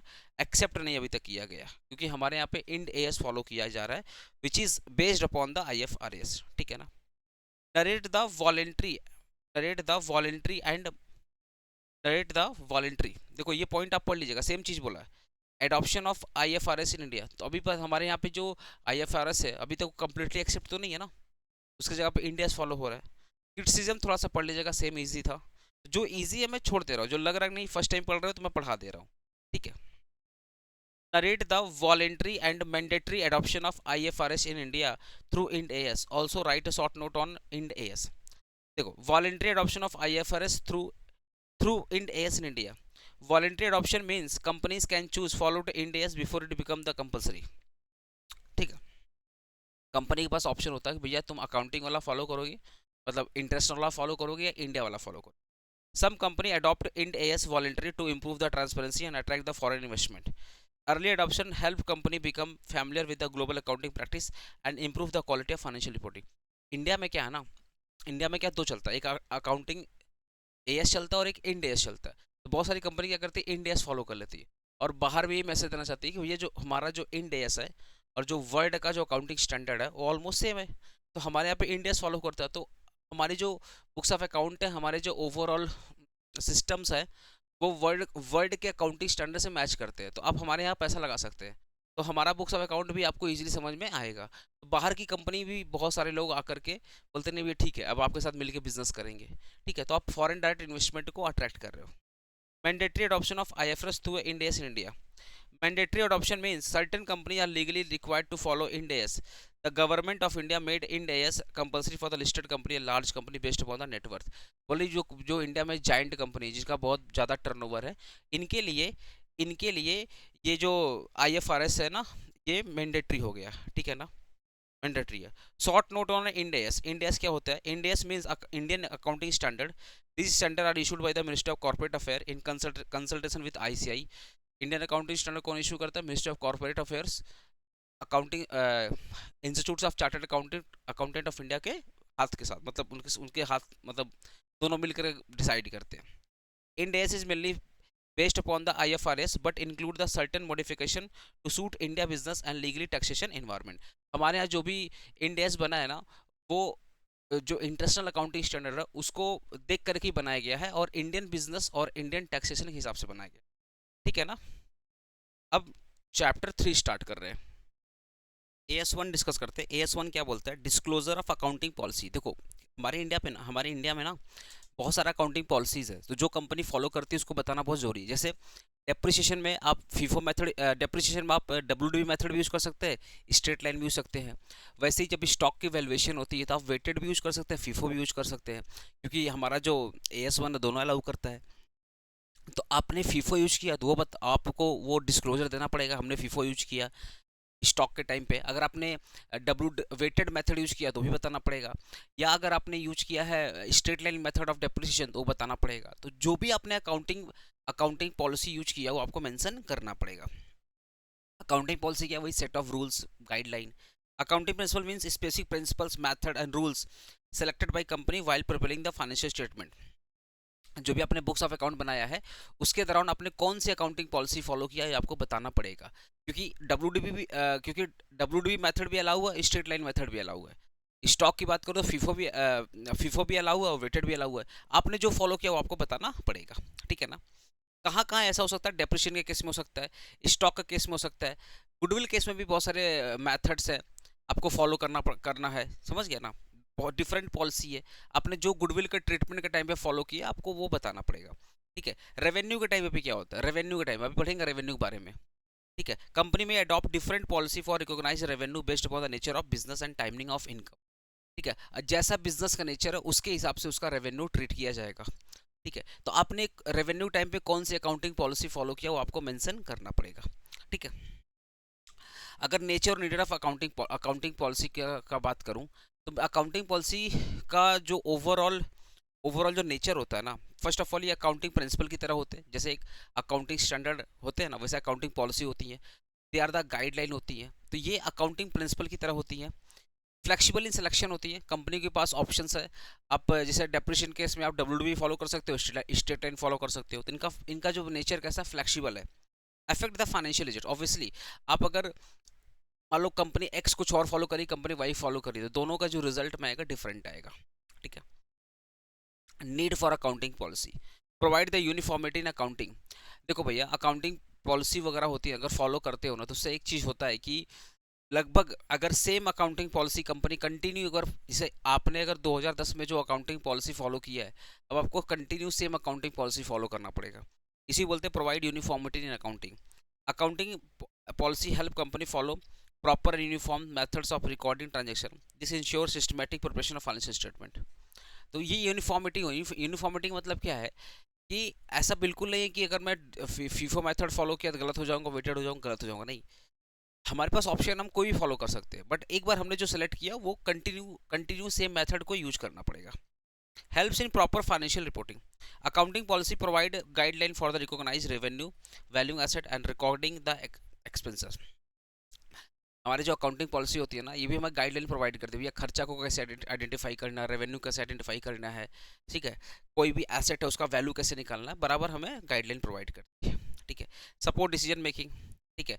Ensure compliance with accounting standard. जितने भी अकाउंटिंग पॉलिसीज होती हैं वो कहीं ना कहीं अकाउंटिंग स्टैंडर्ड से रिलेटेड ही होती हैं, उसके अगेंस्ट नहीं होती है। उसके मतलब अकाउंटिंग स्टैंडर्ड को फेवर ही देती है, उसके अगेंस्ट में नहीं होती है। Accounting policy help company to follow accounting standard and legal requirement. मैंने क्या बोला? अकाउंटिंग पॉलिसी जो बेसिकली हेल्प करती हैं कि भैया अकाउंटिंग स्टैंडर्ड को फॉलो करो, उसके अगेंस्ट नहीं, उसके फेवर में है। ठीक है। ये अजम्पशंस क्या होते हैं? अकाउंट AS1 के अजम्पशन क्या होते हैं? पहला गोइंग कंसर्न, हम लोग मान के चलते हैं बिजनेस कंटिन्यू चलते रहेगा, अब बिजनेस कभी डूबेगा नहीं, कंटिन्यू कंटिन्यू चलते रहेगा। दैट इज वाई हम लोग गोइंग कंसर्न मान के चलते हैं। कंसिस्टेंसी अजम्पशन मतलब क्या? एक बार जो हमने फॉलो कर लिया जो मेथड, जैसे आपने स्टॉक के टाइम पे फीफो फॉलो कर लिया तो एवरी टाइम आपको फीफो ही फॉलो करना पड़ेगा। और अक्रूवल अजम्पशन मतलब क्या है? The assumption means the income and expenses recorded when they are earned and incurred but not when cash is received और पेड। ठीक है। क्या बोल रहा है? कोई भी अगर इनकम है, कोई भी एक्सपेंसेस है, अगर आप रिकॉर्ड कर रहे हो व्हेन दे आर अर्नड और एंड इनकर्ड, जब आप आप नॉर्मली हम लोग क्या करते हैं अकाउंटिंग पॉलिसी में क्या होता है कि देखो भैया, पीएल अकाउंट वगैरह में यही होता है ना कि कोई भी खर्चा या तो हुआ है या तो आपको रिसीव हुआ या तो आपने पेड किया तो उसको आप रिकॉर्ड करो। बट कैश के केस में आप मत करना ऐसा। But not when cash is received और paid, it help showing the correct profit और लॉस। कैश हमारा नॉर्मली बताते हैं कैश बेसिस बनाते हैं, तो कैश को छोड़ करके जितने भी खर्चे जितने भी इनकम है हम लोग अक्रूवल बेसिस पे मान के चलते हैं, ये AS1 बोलता है, ठीक है ना। Three consideration selecting the accounting policy. पहला प्रूडेंस। प्रूडेंस का मतलब क्या है कि हम एसेट वगैरह को, इनकम वगैरह को सबसे लोएस्ट मान के चलेंगे। Prudence means acting carefully while recording the financial transaction, ठीक है। Company should not over estimate income और asset, should not be under estimate expense और लायबिलिटी। आपको एसेट एसेट और इनकम को ओवर एस्टिमेट नहीं करना है, आपको एकदम मिनिमम मान के चलना है, और इसी जो लायबिलिटी वगैरह होती है उसको अंडर एस्टिमेट नहीं करना, ठीक है। ये होता है पहले प्रूडेंस का concept. Substance over form. This consideration means this consideration means transaction should be recorded based upon their real economic nature, not just upon the legal form. बोला जो भी ट्रांजेक्शन हुआ है वो रियलिटी में क्या हुआ उस पर रिकॉर्ड करना है, लीगैलिटी में नहीं देखेंगे, ठीक है ना। डिस्कस द, ये क्वेश्चन बहुत इंपॉर्टेंट, डिस्कस द, बस इसमें एक ही पॉइंट लिखिएगा, ठीक है। Discuss the main principles of AS1। AS1 deals with the disclosure of accounting policy. It provides guidelines regarding the selection, application, and disclosure of accounting policy used in the preparing financial statement. It ensures the transparency and uniformity in financial reporting. क्या बोल रहा है जो हमारा AS1 है, इस deal with the disclosure of accounting policy. आपने कौन सा अकाउंटिंग पॉलिसी फॉलो करना आपको बताना पड़ेगा। It provide the guideline regarding the selection and application and disclosure of accounting policy used in preparation financial statement. आपने बैलेंस शीट वगैरह बनाते वक्त, बुक्स ऑफ अकाउंट बनाते वक्त आपने कैसे कौन सा अकाउंटिंग पॉलिसी को फॉलो किया आपको बताना पड़ेगा। प्लस अगर आपने लेट से जो भी अकाउंटिंग पॉलिसी फॉलो किया वो कहीं ना कहीं आपको मदद करता फाइनेंशियल स्टेटमेंट को बनाने में, ठीक है। मेन इसके जो प्रिंसिपल्स है ना, पहला ये बोलता है कि आपने कौन सा अकाउंटिंग पॉलिसी फॉलो किया उसको बताना पड़ेगा। दूसरा होता है selection of appropriate accounting policy, आपको सही अकाउंटिंग पॉलिसी अप्रोप्रिएट करना पड़ेगा। जैसे मैं एक एग्जांपल दे रहा हूँ।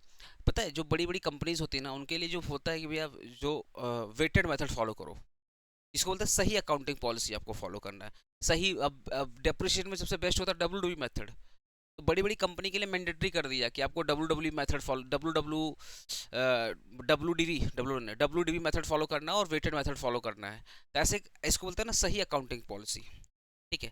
कंसिस्टेंट अकाउंटिंग पॉलिसी, एक बार जो आपने फॉलो किया आपको कंटिन्यू फॉलो करना ही पड़ेगा, ठीक है। तीन प्रिंसिपल मैंने पढ़ा दिया है। AS2 क्या होता है, वैल्यूएशन ऑफ इन्वेंट्री। देखो वैल्यूएशन ऑफ इन्वेंट्री में ना मैं सिंपली तुमको ये पूरा एक्सप्लेन कर दे रहा हूँ। वैल्यूएशन ऑफ इन्वेंट्री क्या होता है, इसमें क्या होता है जो स्टॉक का कैलकुलेशन होता है ना उसमें हम लोग AS2 फॉलो करते हैं। फिर AS2 क्या बोलता है कि हम स्टॉक और नेट रियलाइजेबल वैल्यू दोनों का जो लोएस्ट होगा वही हमारा स्टॉक का वैल्यूएशन होगा, ठीक है ना। फिर स्टॉक का कॉस्ट कॉस्ट और एनआरवी होता है नेट रियलाइजेबल वैल्यू। तो कॉस्ट में कौन कौन आएंगे, परचेस कॉस्ट, परचेस करते वक्त जो भी चीज़ हमारे खर्च में आती है वो सब हमारे परचेस कॉस्ट का पार्ट होगा। चाहे वो रॉ मटेरियल परचेज हो, चाहे वो फ्रेड हो, चाहे वो इंस्टॉलेशन हो। मतलब एक स्टॉक को परचेज करने में जितना भी खर्चा हुआ ना सब उसके कॉस्ट में डाल देंगे। एनआरवी क्या होता है, नेट रियलाइजेबल वैल्यू होता है। सेल सेल जैसे मान लो मैंने 1 लाख रुपए का सेल किया, उसमें से मैंने अगर कुछ कमीशंस वगैरह पे किया तो माइनस हो जाएगा, ठीक है। सेल करने के लिए जितना भी मैंने खर्चा किया, सामान को बेचने के लिए हमने जितना भी खर्चा किया है वो सब कुछ माइनस कर देंगे सेल से।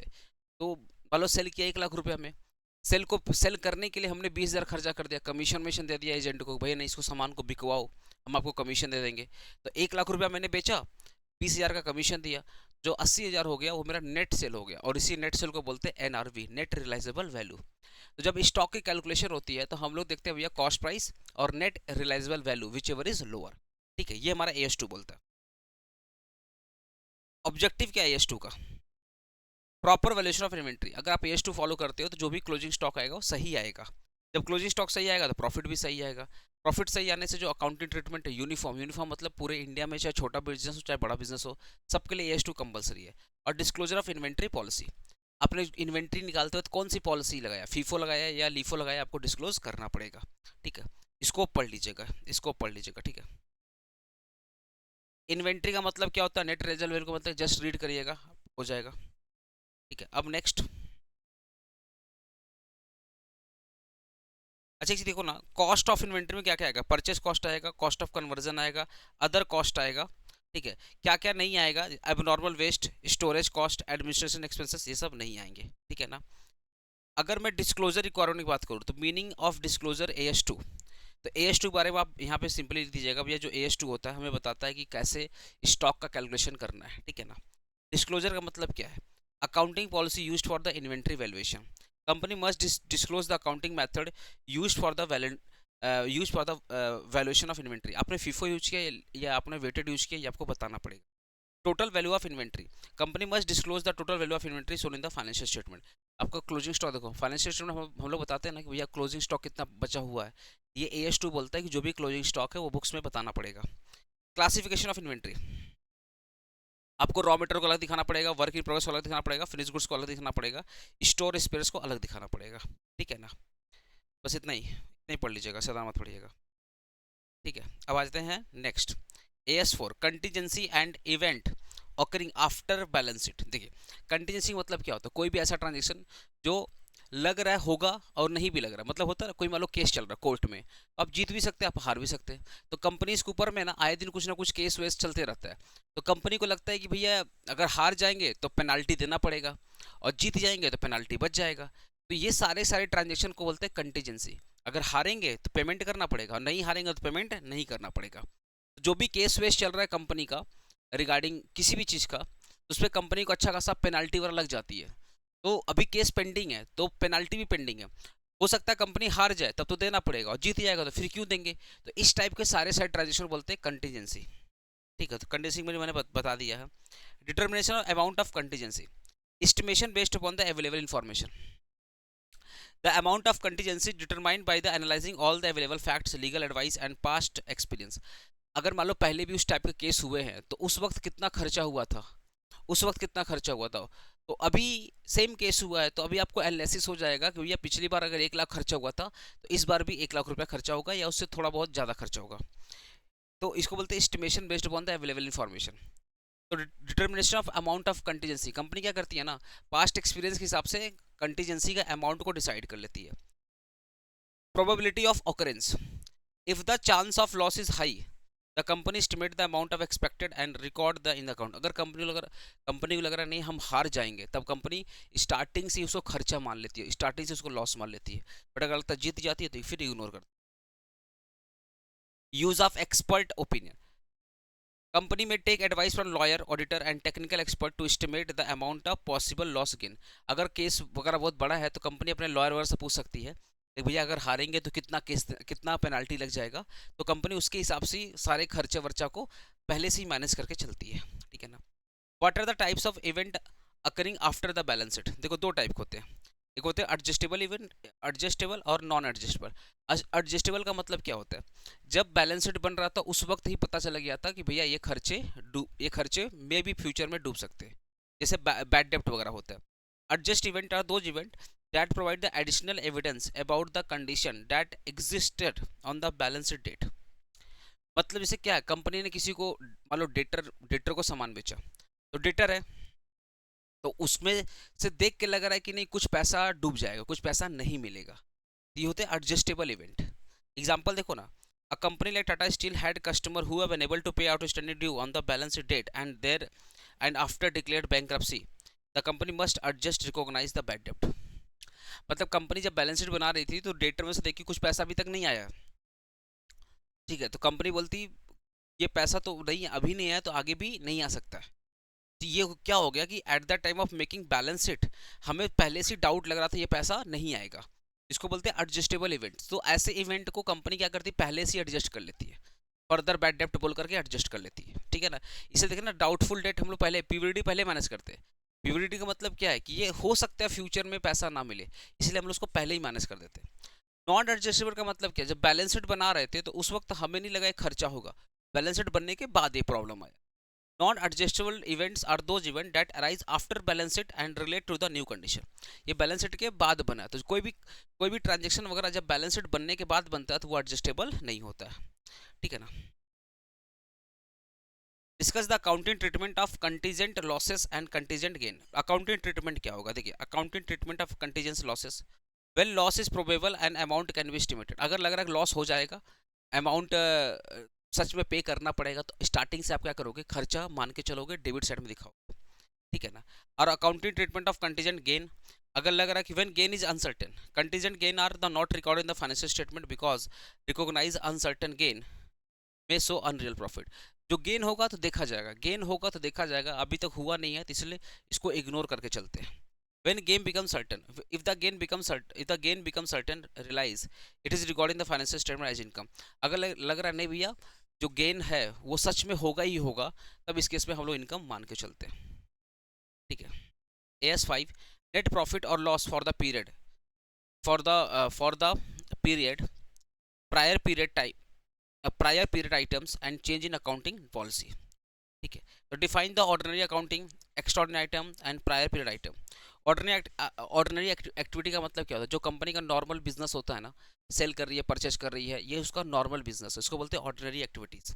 एक्स्ट्रा ऑर्डिनरी आइटम का मतलब होता है, extraordinary item are the income और expenses that arise from the event that are unusual, rare but not related to normal business. ऐसा ऐसा ट्रांजेक्शन जो नॉर्मल बिजनेस नहीं हो रहा है, जो कि रेयर है, कभी साल 2 साल में एक बार हो गया, उसको बोलते हैं एक्स्ट्रा ऑर्डिनरी आइटम। जैसे loss suffered by company due to the major disaster such as earthquake, flood. अब अर्थक्वेक, फ्लड, फायर लग जाना, ये सब तो नॉर्मल नहीं है, तो जिधर भी एब नॉर्मल नेचर के ट्रांजेक्शन होते हैं ना, उसको बोलते हैं एक्स्ट्रा ऑर्डिनरी। अब प्रायर पीरियड आइटम का मतलब क्या होता है, अब prior period items like the income और expenses that related to the previous accounting periods but are identified record in the current periods due to the error और omission in the financial statement.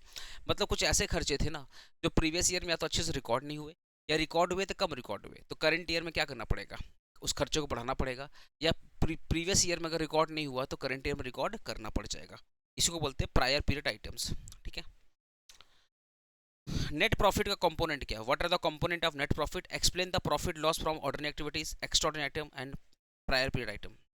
तो component of net profit में क्या किया गया, देखो net profit में हम लोग सब लेते हैं, profit from current normal activity, जो अपने प्रॉफिट कमाया नॉर्मल एक्टिविटी में वो भी आएगा, एक्स्ट्राऑर्डिनरी आइटम भी आएगा और प्रायर पीरियड आइटम भी आएगा, ठीक है ना। मतलब नेट प्रॉफिट कंपोनेंट में तीनों आते हैं, ओके। अब एक्स्ट्रा आइटम मैंने ऑलरेडी पढ़ा दिया ऊपर में, वही सेम चीज़ जो ऊपर में लिखा हुआ वही सेम चीज़ यहाँ पे लिखा हुआ, एक्स्ट्रा कुछ भी नहीं। AS9 क्या होता है, रेवेन्यू रिकॉग्निशन। रेवेन्यू रिकॉग्निशन का मतलब क्या होता है, कंपनी जो भी इनकम कमा रही है, नॉर्मल बिजनेस एक्टिविटी से, ठीक है, जैसे गुड्स को सेल कर रही है, सर्विस प्रोवाइड कर रही है, allowing other to use company resources, तो कंपनी क्या करेगी, कंपनी का रॉ मटेरियल बना रही है, उसको बेच रही है, कमीशन कंपनी कमा रही है, सर्विस दे रही है, उससे पैसा कमा रही है, तो वो सारे के सारे क्या होता है, रेवेन्यू। क्या होता है, रेवेन्यू, ठीक है ना। अगर मैं रिकॉग्निशन ऑफ रेवेन्यू की बात करें तो रेवेन्यू फ्रॉम द, अगर गुड्स बेच करके रेवेन्यू आया तो हम लोग उसको रेवेन्यू ट्रीट करेंगे। Revenue from the rendering of services, अगर सर्विस देकर कंपनी पैसा कमा रही उसको भी रेवेन्यू मानेंगे। Revenue from the use of company resources, अगर कंपनी अगर कंपनी मान लो इन्वेस्टमेंट की है, या कंपनी के पास कोई भी प्रॉपर्टी वगैरह है, अगर कंपनी उससे रेंट कमा रही है तो भी रेवेन्यू है। तो कोई भी कंपनी अगर इंटरेस्ट, रॉयल्टी या डिविडेंड्स पैसा कमा रही है, कंपनी ने कहीं पे इन्वेस्टमेंट किया था, उससे कंपनी को डिविडेंड मिल रहा है, तो वो भी उसका रेवेन्यू का पार्ट होता है, ठीक है। ऑब्जेक्टिव ऑफ AS9 का ऑब्जेक्टिव क्या है, कि हम गाइडलाइन प्रोवाइड करेंगे कि कौन सा पैसा इनकम है और कौन सा पैसा इनकम नहीं है। Ensure the accurate profit measurement, अगर भैया अगर हम सही इनकम को ऐड करेंगे तो प्रॉफिट भी क्या होगा, सही होगा, और ट्रांसपेरेंसी भी रहेगा बुक्स ऑफ अकाउंट में, ठीक है ना। क्या क्या आइटम रेवेन्यू में नहीं आता, जैसे पहले realise from the gain of sale fix asset, अगर कोई फिक्स एसेट वगैरह बेच करके आपको गेन हुआ या प्रॉफिट हुआ, वो आपके रेवेन्यू का पार्ट नहीं। Unrealise gain from the revaluation of asset, asset की वैल्यू बढ़ गई या एसेट की वैल्यू कम हो गई, तो रिवैल्यूएशन एसेट से अगर कुछ गेन वेन होता है तो वो हमारा रेवेन्यू का पार्ट नहीं होता, ठीक है ना। अगर शेयर होल्डर या मेंबर कंपनी में कोई पैसा लगाता है उसको बोलते हैं कैपिटल, नॉट अ रेवेन्यू, ठीक है ना। डिस्क्लोजर क्या है, डिस्क्लोजर क्वेश्चन है ना, डिस्क्लोजर ऑफ अंडर AS9 का डिस्क्लोजर क्या है, पहला accounting policy for revenue recognition, company must disclose the accounting policy followed for the recognise the revenue. तो कंपनी मतलब कंपनी अगर रेवेन्यू दिखा रही है तो उनको लिखना पड़ेगा भैया हमारे यहाँ पे जो भी रेवेन्यू है वो एज पर अकाउंटिंग स्टैंडर्ड 9 के हिसाब से है। Methods of recognising revenue from sale of goods, ठीक है। Company must disclose the condition under which revenue from sale of goods is recognised such as transfer of ownership और delivery of goods. आपने दिखा है कि आपने देखा है कि जो रेवेन्यू आ रहा है वो गुड्स से आ रहा है, तो वो जो रेवेन्यू आ रहा है वो गुड्स से आ रहा है, कैसे? गुड्स बेच करके आ रहा है, वही चीज़ यहाँ पे लिखा हुआ देखो ना, such as transfer of ownership और डिलीवर ऑफ गुड्स। ठीक है, आपने गुड्स सेल कर दिया उससे आ रहा है, या गुड्स डिलीवरी किया उससे आ रहा है, तो आपको बताना पड़ेगा। This ensure clarity in financial reporting. क्या बोल रहा है? Company must disclose the condition under which revenue from the sale of goods is recognised. आपका जो गुड्स बेच करके जो पैसा आया वो तो बताना पड़ेगा। Such as transfer of ownership और डिलीवरी ऑफ गुड्स, ट्रांसफर की बात करें या डिलीवरी बात करें, एट द एंड सेल की बात हो रही है। तो आपको कौन सा मेथड आपने यूज किया है रेवेन्यू रिकॉग्निशन के लिए, आपने कौन सा मेथड यूज किया वो आपको बताना पड़ेगा कि गुड्स बेच करके ये पैसा आया है तो किस मेथड के अकॉर्डिंग आया, वो मेथड का नाम लिखना पड़ेगा। ठीक उसी प्रकार सर्विसेज का, सर्विसेज दे करके जो पैसा आया तो कौन सा मेथड आपने यूज किया वो भी लिखना पड़ेगा। If revenue rise from the providing services company must disclose whether revenue is recognised based upon the completion of services या प्रोपोर्शन आपका प्रोपोर्शन ऑफ वर्क कंप्लीटेड। मतलब सर्विसेज रेंडर करके जो पैसा आ रहा है वो किस मेथड के हिसाब से आ रहा है? पहला कि सर्विस कंप्लीट हो गया उसके हिसाब से पूरा पैसा आया है, या जितना सर्विस दिया उसके हिसाब से पूरा पैसा आया है। आप जब AS9 वगैरह डिटेल पढ़ेंगे तो समझ में आ जाएगा कि गुड्स बेचे हो तो कैसे बेचे हो, कितना बेचे हो, तो हर उसका एक एक मेथड है। तो आपने किस मेथड के हिसाब से इनकम ट्रीट किया वो सारे मेथड आपको लिखने पड़ते हैं। सर्विस केस में भी बहुत सारे मेथड होते हैं, किस मेथड के हिसाब से आपने इनकम माना वो मेथड का नाम लिखना पड़ता है। ठीक है। AS10 क्या है? Property plant equipment. ठीक है, property plant equipment, AS10 deal with the property plant equipment is provide the guideline for accounting treatment of fix assets such as land building machinery equipment. ये अकाउंटिंग प्रिंसिपल्स हैं जो बताते हैं कैसे भैया company के जो फिक्स एसेट्स है कैसे आपको यूज करना है। ऑब्जेक्टिव क्या है कि AS10 बताता है कि हम बताएंगे कौन सा आपके फिक्स एसेट है और कौन सा आपके फिक्स एसेट नहीं है, और उसकी उसकी करेक्ट मेजरमेंट कॉस्ट हमारे हिसाब से होगी, और systematic depreciation of asset. AS10 provide a guideline for charging depreciation fixed asset. It ensure that assets cost is allocated properly over its useful life. AS10 बोलता भैया हर साल आपको डेप्रिसिएशन चार्ज करना ही पड़ेगा, तो जो हम हर साल डेप्रिसिएशन चार्ज करते हैं ना वो AS10 की वजह से होता है। ठीक है। Proper disclosure of fix asset as per AS10 require company disclose the important detail related to the fix asset such as cost depreciation on carrying value. तो AS10 बोलता है भैया फिक्स एसेट्स रिलेटेड सब कुछ आपको प्रॉपर्ली डिस्क्लोज करना पड़ेगा। Scope थोड़ा सा पढ़ लीजिएगा आप लोग।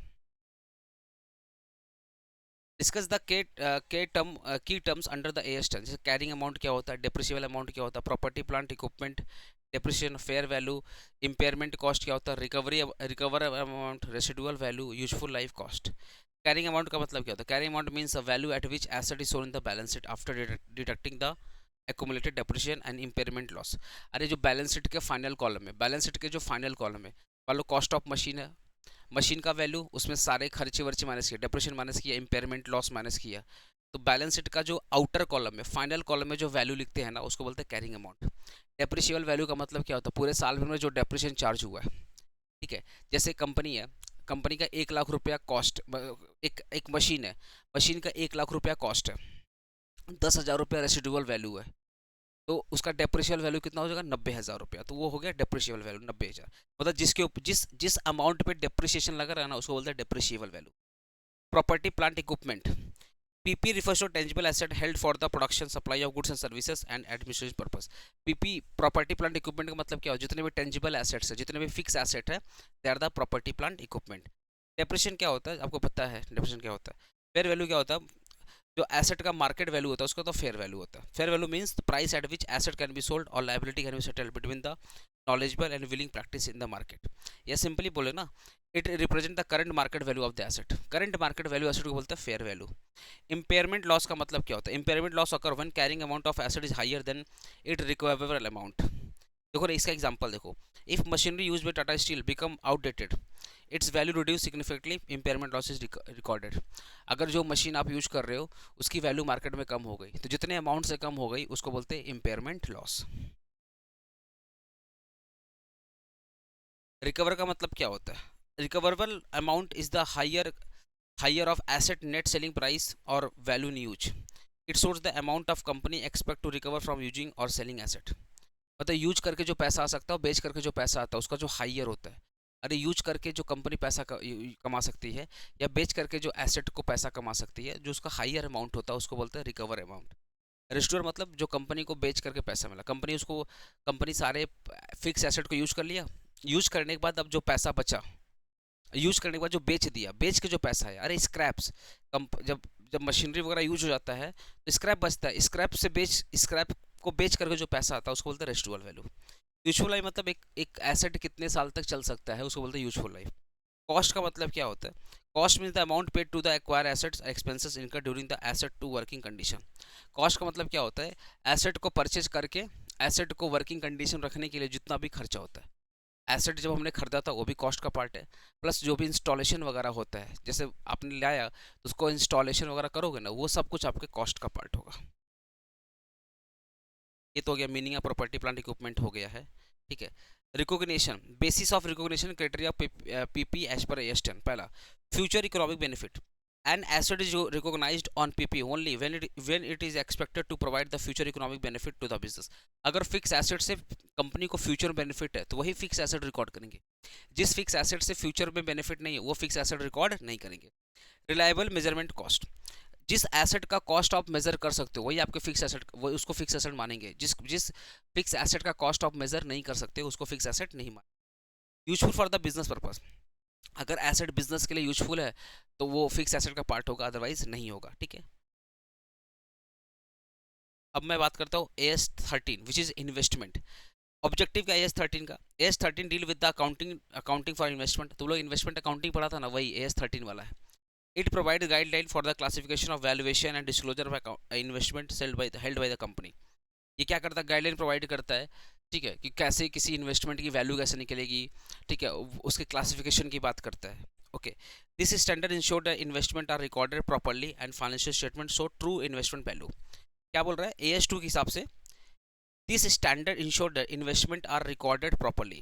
AS13 बोलता है कि अगर आप हमें फॉलो करते हैं तो जो भी इन्वेस्टमेंट होगा प्रॉपर्ली रिकॉर्ड होगा। And financial statement show the true investment value. और फाइनेंशियल इन्वेस्टमेंट बोलता है कि भैया हम जो भी शो करेंगे वो सही देंगे, आप भरोसा कर सकते हो। तुम लोग इन्वेस्टमेंट अकाउंटिंग पढ़ा है ना, वो AS13 के हिसाब से बनता है। ऑब्जेक्टिव क्या है? ऑब्जेक्टिव क्या?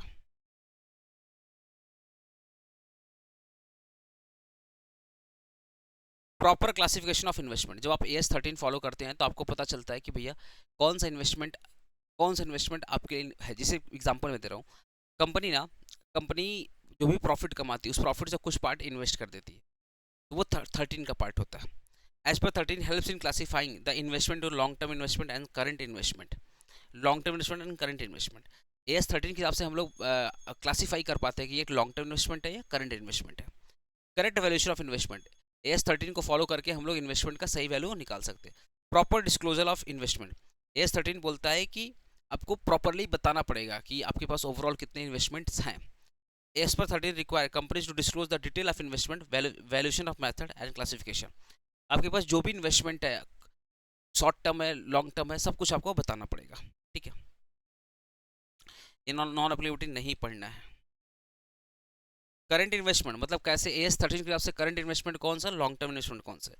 जो इन्वेस्टमेंट शॉर्ट टर्म पीरियड के लिए होते हैं और एक साल के अंदर ही बेच दिए जाएंगे होंगे करंट इन्वेस्टमेंट। अरे तुम लोगों को मैंने अकाउंटेंसी पढ़ाया ये सब चीज़। और लॉन्ग टर्म क्या होते हैं? जो एसेट आपको एक साल से ज़्यादा यूज करेंगे उसको होते हैं लॉन्ग टर्म, ठीक है ना। मीनिंग आप लिख लीजिएगा। Disclosure of requirement regarding the investment 13। आप AS13 के लिए क्या क्या डिस्क्लोजर है? पहला, accounting policy for valuation of investment. Investment के लिए आपने कौन सा अकाउंटिंग पॉलिसी फॉलो किया है वो अकाउंटिंग पॉलिसी आपको बताना पड़ेगा बुक्स ऑफ अकाउंट में।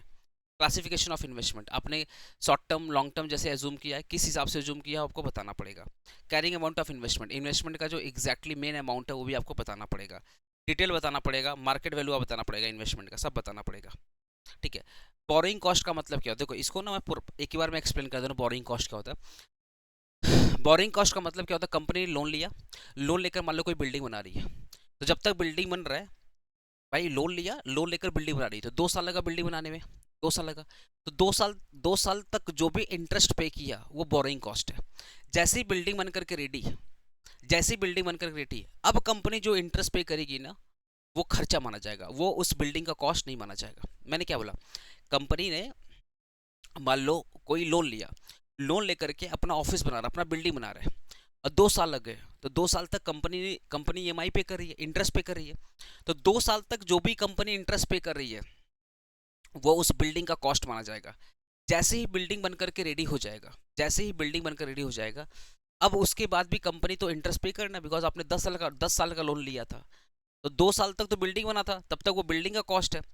अब जैसे ही 2 साल हो गए, रिमेनिंग 8 ईयर, अब आपके लिए वो जो इंटरेस्ट है वो उस बिल्डिंग का कॉस्ट नहीं माना जाएगा, वो खर्चा माना जाएगा। इसी को बोलते हैं borrowing cost as per AS 16। तो borrowing cost means the interest and other expenses incurred by the company in the connection with the borrowing fund.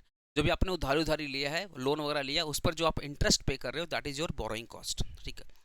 Recognition का मतलब क्या होगा, when borrowing cost is directly related to the qualifying asset. जैसे अभी building बन रहा है, यहाँ पे क्वालिफाइंग एसेट मतलब बिल्डिंग हो गया, या कोई भी सामान आप परचेज कर रहे हो, तो परचेज करते वक्त या बिल्डिंग बनाते वक्त अगर खर्चा हो रहा है, अगर ईएमआई पे कर रहे हो, इंटरेस्ट पे कर रहे हो, तो वो सारा का सारा इंटरेस्ट उस एसेट का पार्ट होगा।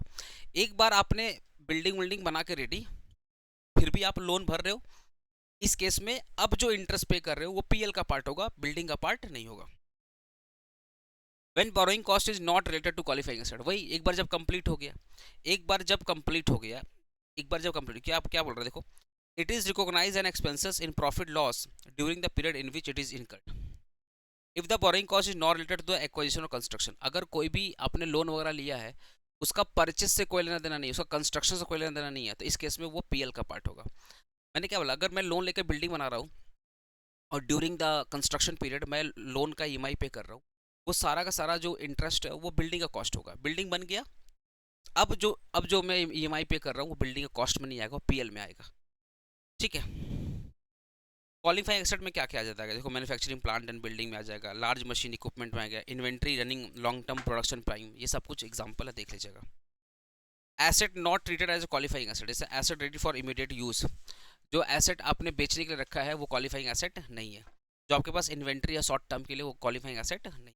ठीक है ना। What are the condition and disclosure of requirement under the AS 16? Borrowing cost must directly relate to qualifying asset. Asset must be qualifying asset. Borrowing cost is incurred during the construction period. पहला condition क्या बोला कि जिसमें मैंने example है, building वाला example, आपने loan लिया है, आपने लोन लिया, और लोन क्यों लिया, कंस्ट्रक्शन ऑफ बिल्डिंग के लिए लिया है। तो जब तक बिल्डिंग बनेगा तब तक वो जितना भी आप इंटरेस्ट पे करो बिल्डिंग का कॉस्ट का होगा। वही सेम चीज़ यहाँ पर लिखा हुआ, पहला condition 1, borrowing cost must be directly related to qualifying asset. तो हमारे यहाँ पे जो क्वालिफाइंग एसेट क्या था, land and building for the construction period.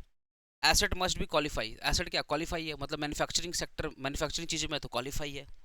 Borrowing cost is इनकर during the construction period, construction period के टाइम पे वो इंटरेस्ट वगैरह आप पे कर रहे थे। ठीक है। अब लास्ट है आपका ईपीएस, अर्निंग ईपीएस क्या आता है आपके चलिए, इक्विटी शेयर का मतलब, equity share represent the ownership, तो पता है इक्विटी शेयर होता है।